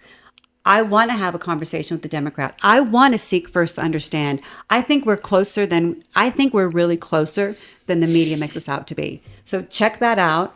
And if you want to get mobilized, all you need to do is email me at Tami, T-A-M-I, at abetterdallas.com. If you want to be an election judge, a poll watcher, a clerk, if you want to be a precinct chair, like all things political, please reach out. And let's do some amazing things this upcoming session. So real quick, I wanted to ask those of you that are listening, let us know what you're interested in learning about, right? Because sometimes we think that, people should learn X, Y, and Z, and we could be way off. So if it's anything to do with upcoming elections, maybe it has to do with parliamentary procedure, maybe it's, to Chris's point, like how do you even write a letter? How do you start a campaign to the legislators? Please let us know, because we are putting together an entirely new training system for this upcoming year, and we want to meet your needs. So let us know and put it in the comments or send us an email, and we'll be happy to reach back out to you guys. And I will also say, follow A Better Dallas on Instagram, follow us on X, follow us on Facebook. We'll have Tami's stuff that'll be on there as well, especially when we get into the legislative session and we start organizing trips down to Austin. If you want to go to Austin and you want to have your voice heard, come follow us. We'll train you on what you need to do. We'll help set up the meetings so that you can go down there and have your voice heard with a bunch of friends. Have a good time on the way down to and from Austin. But otherwise, thank you again for the time. Thanks for joining us. And we look forward to having more better conversations with you.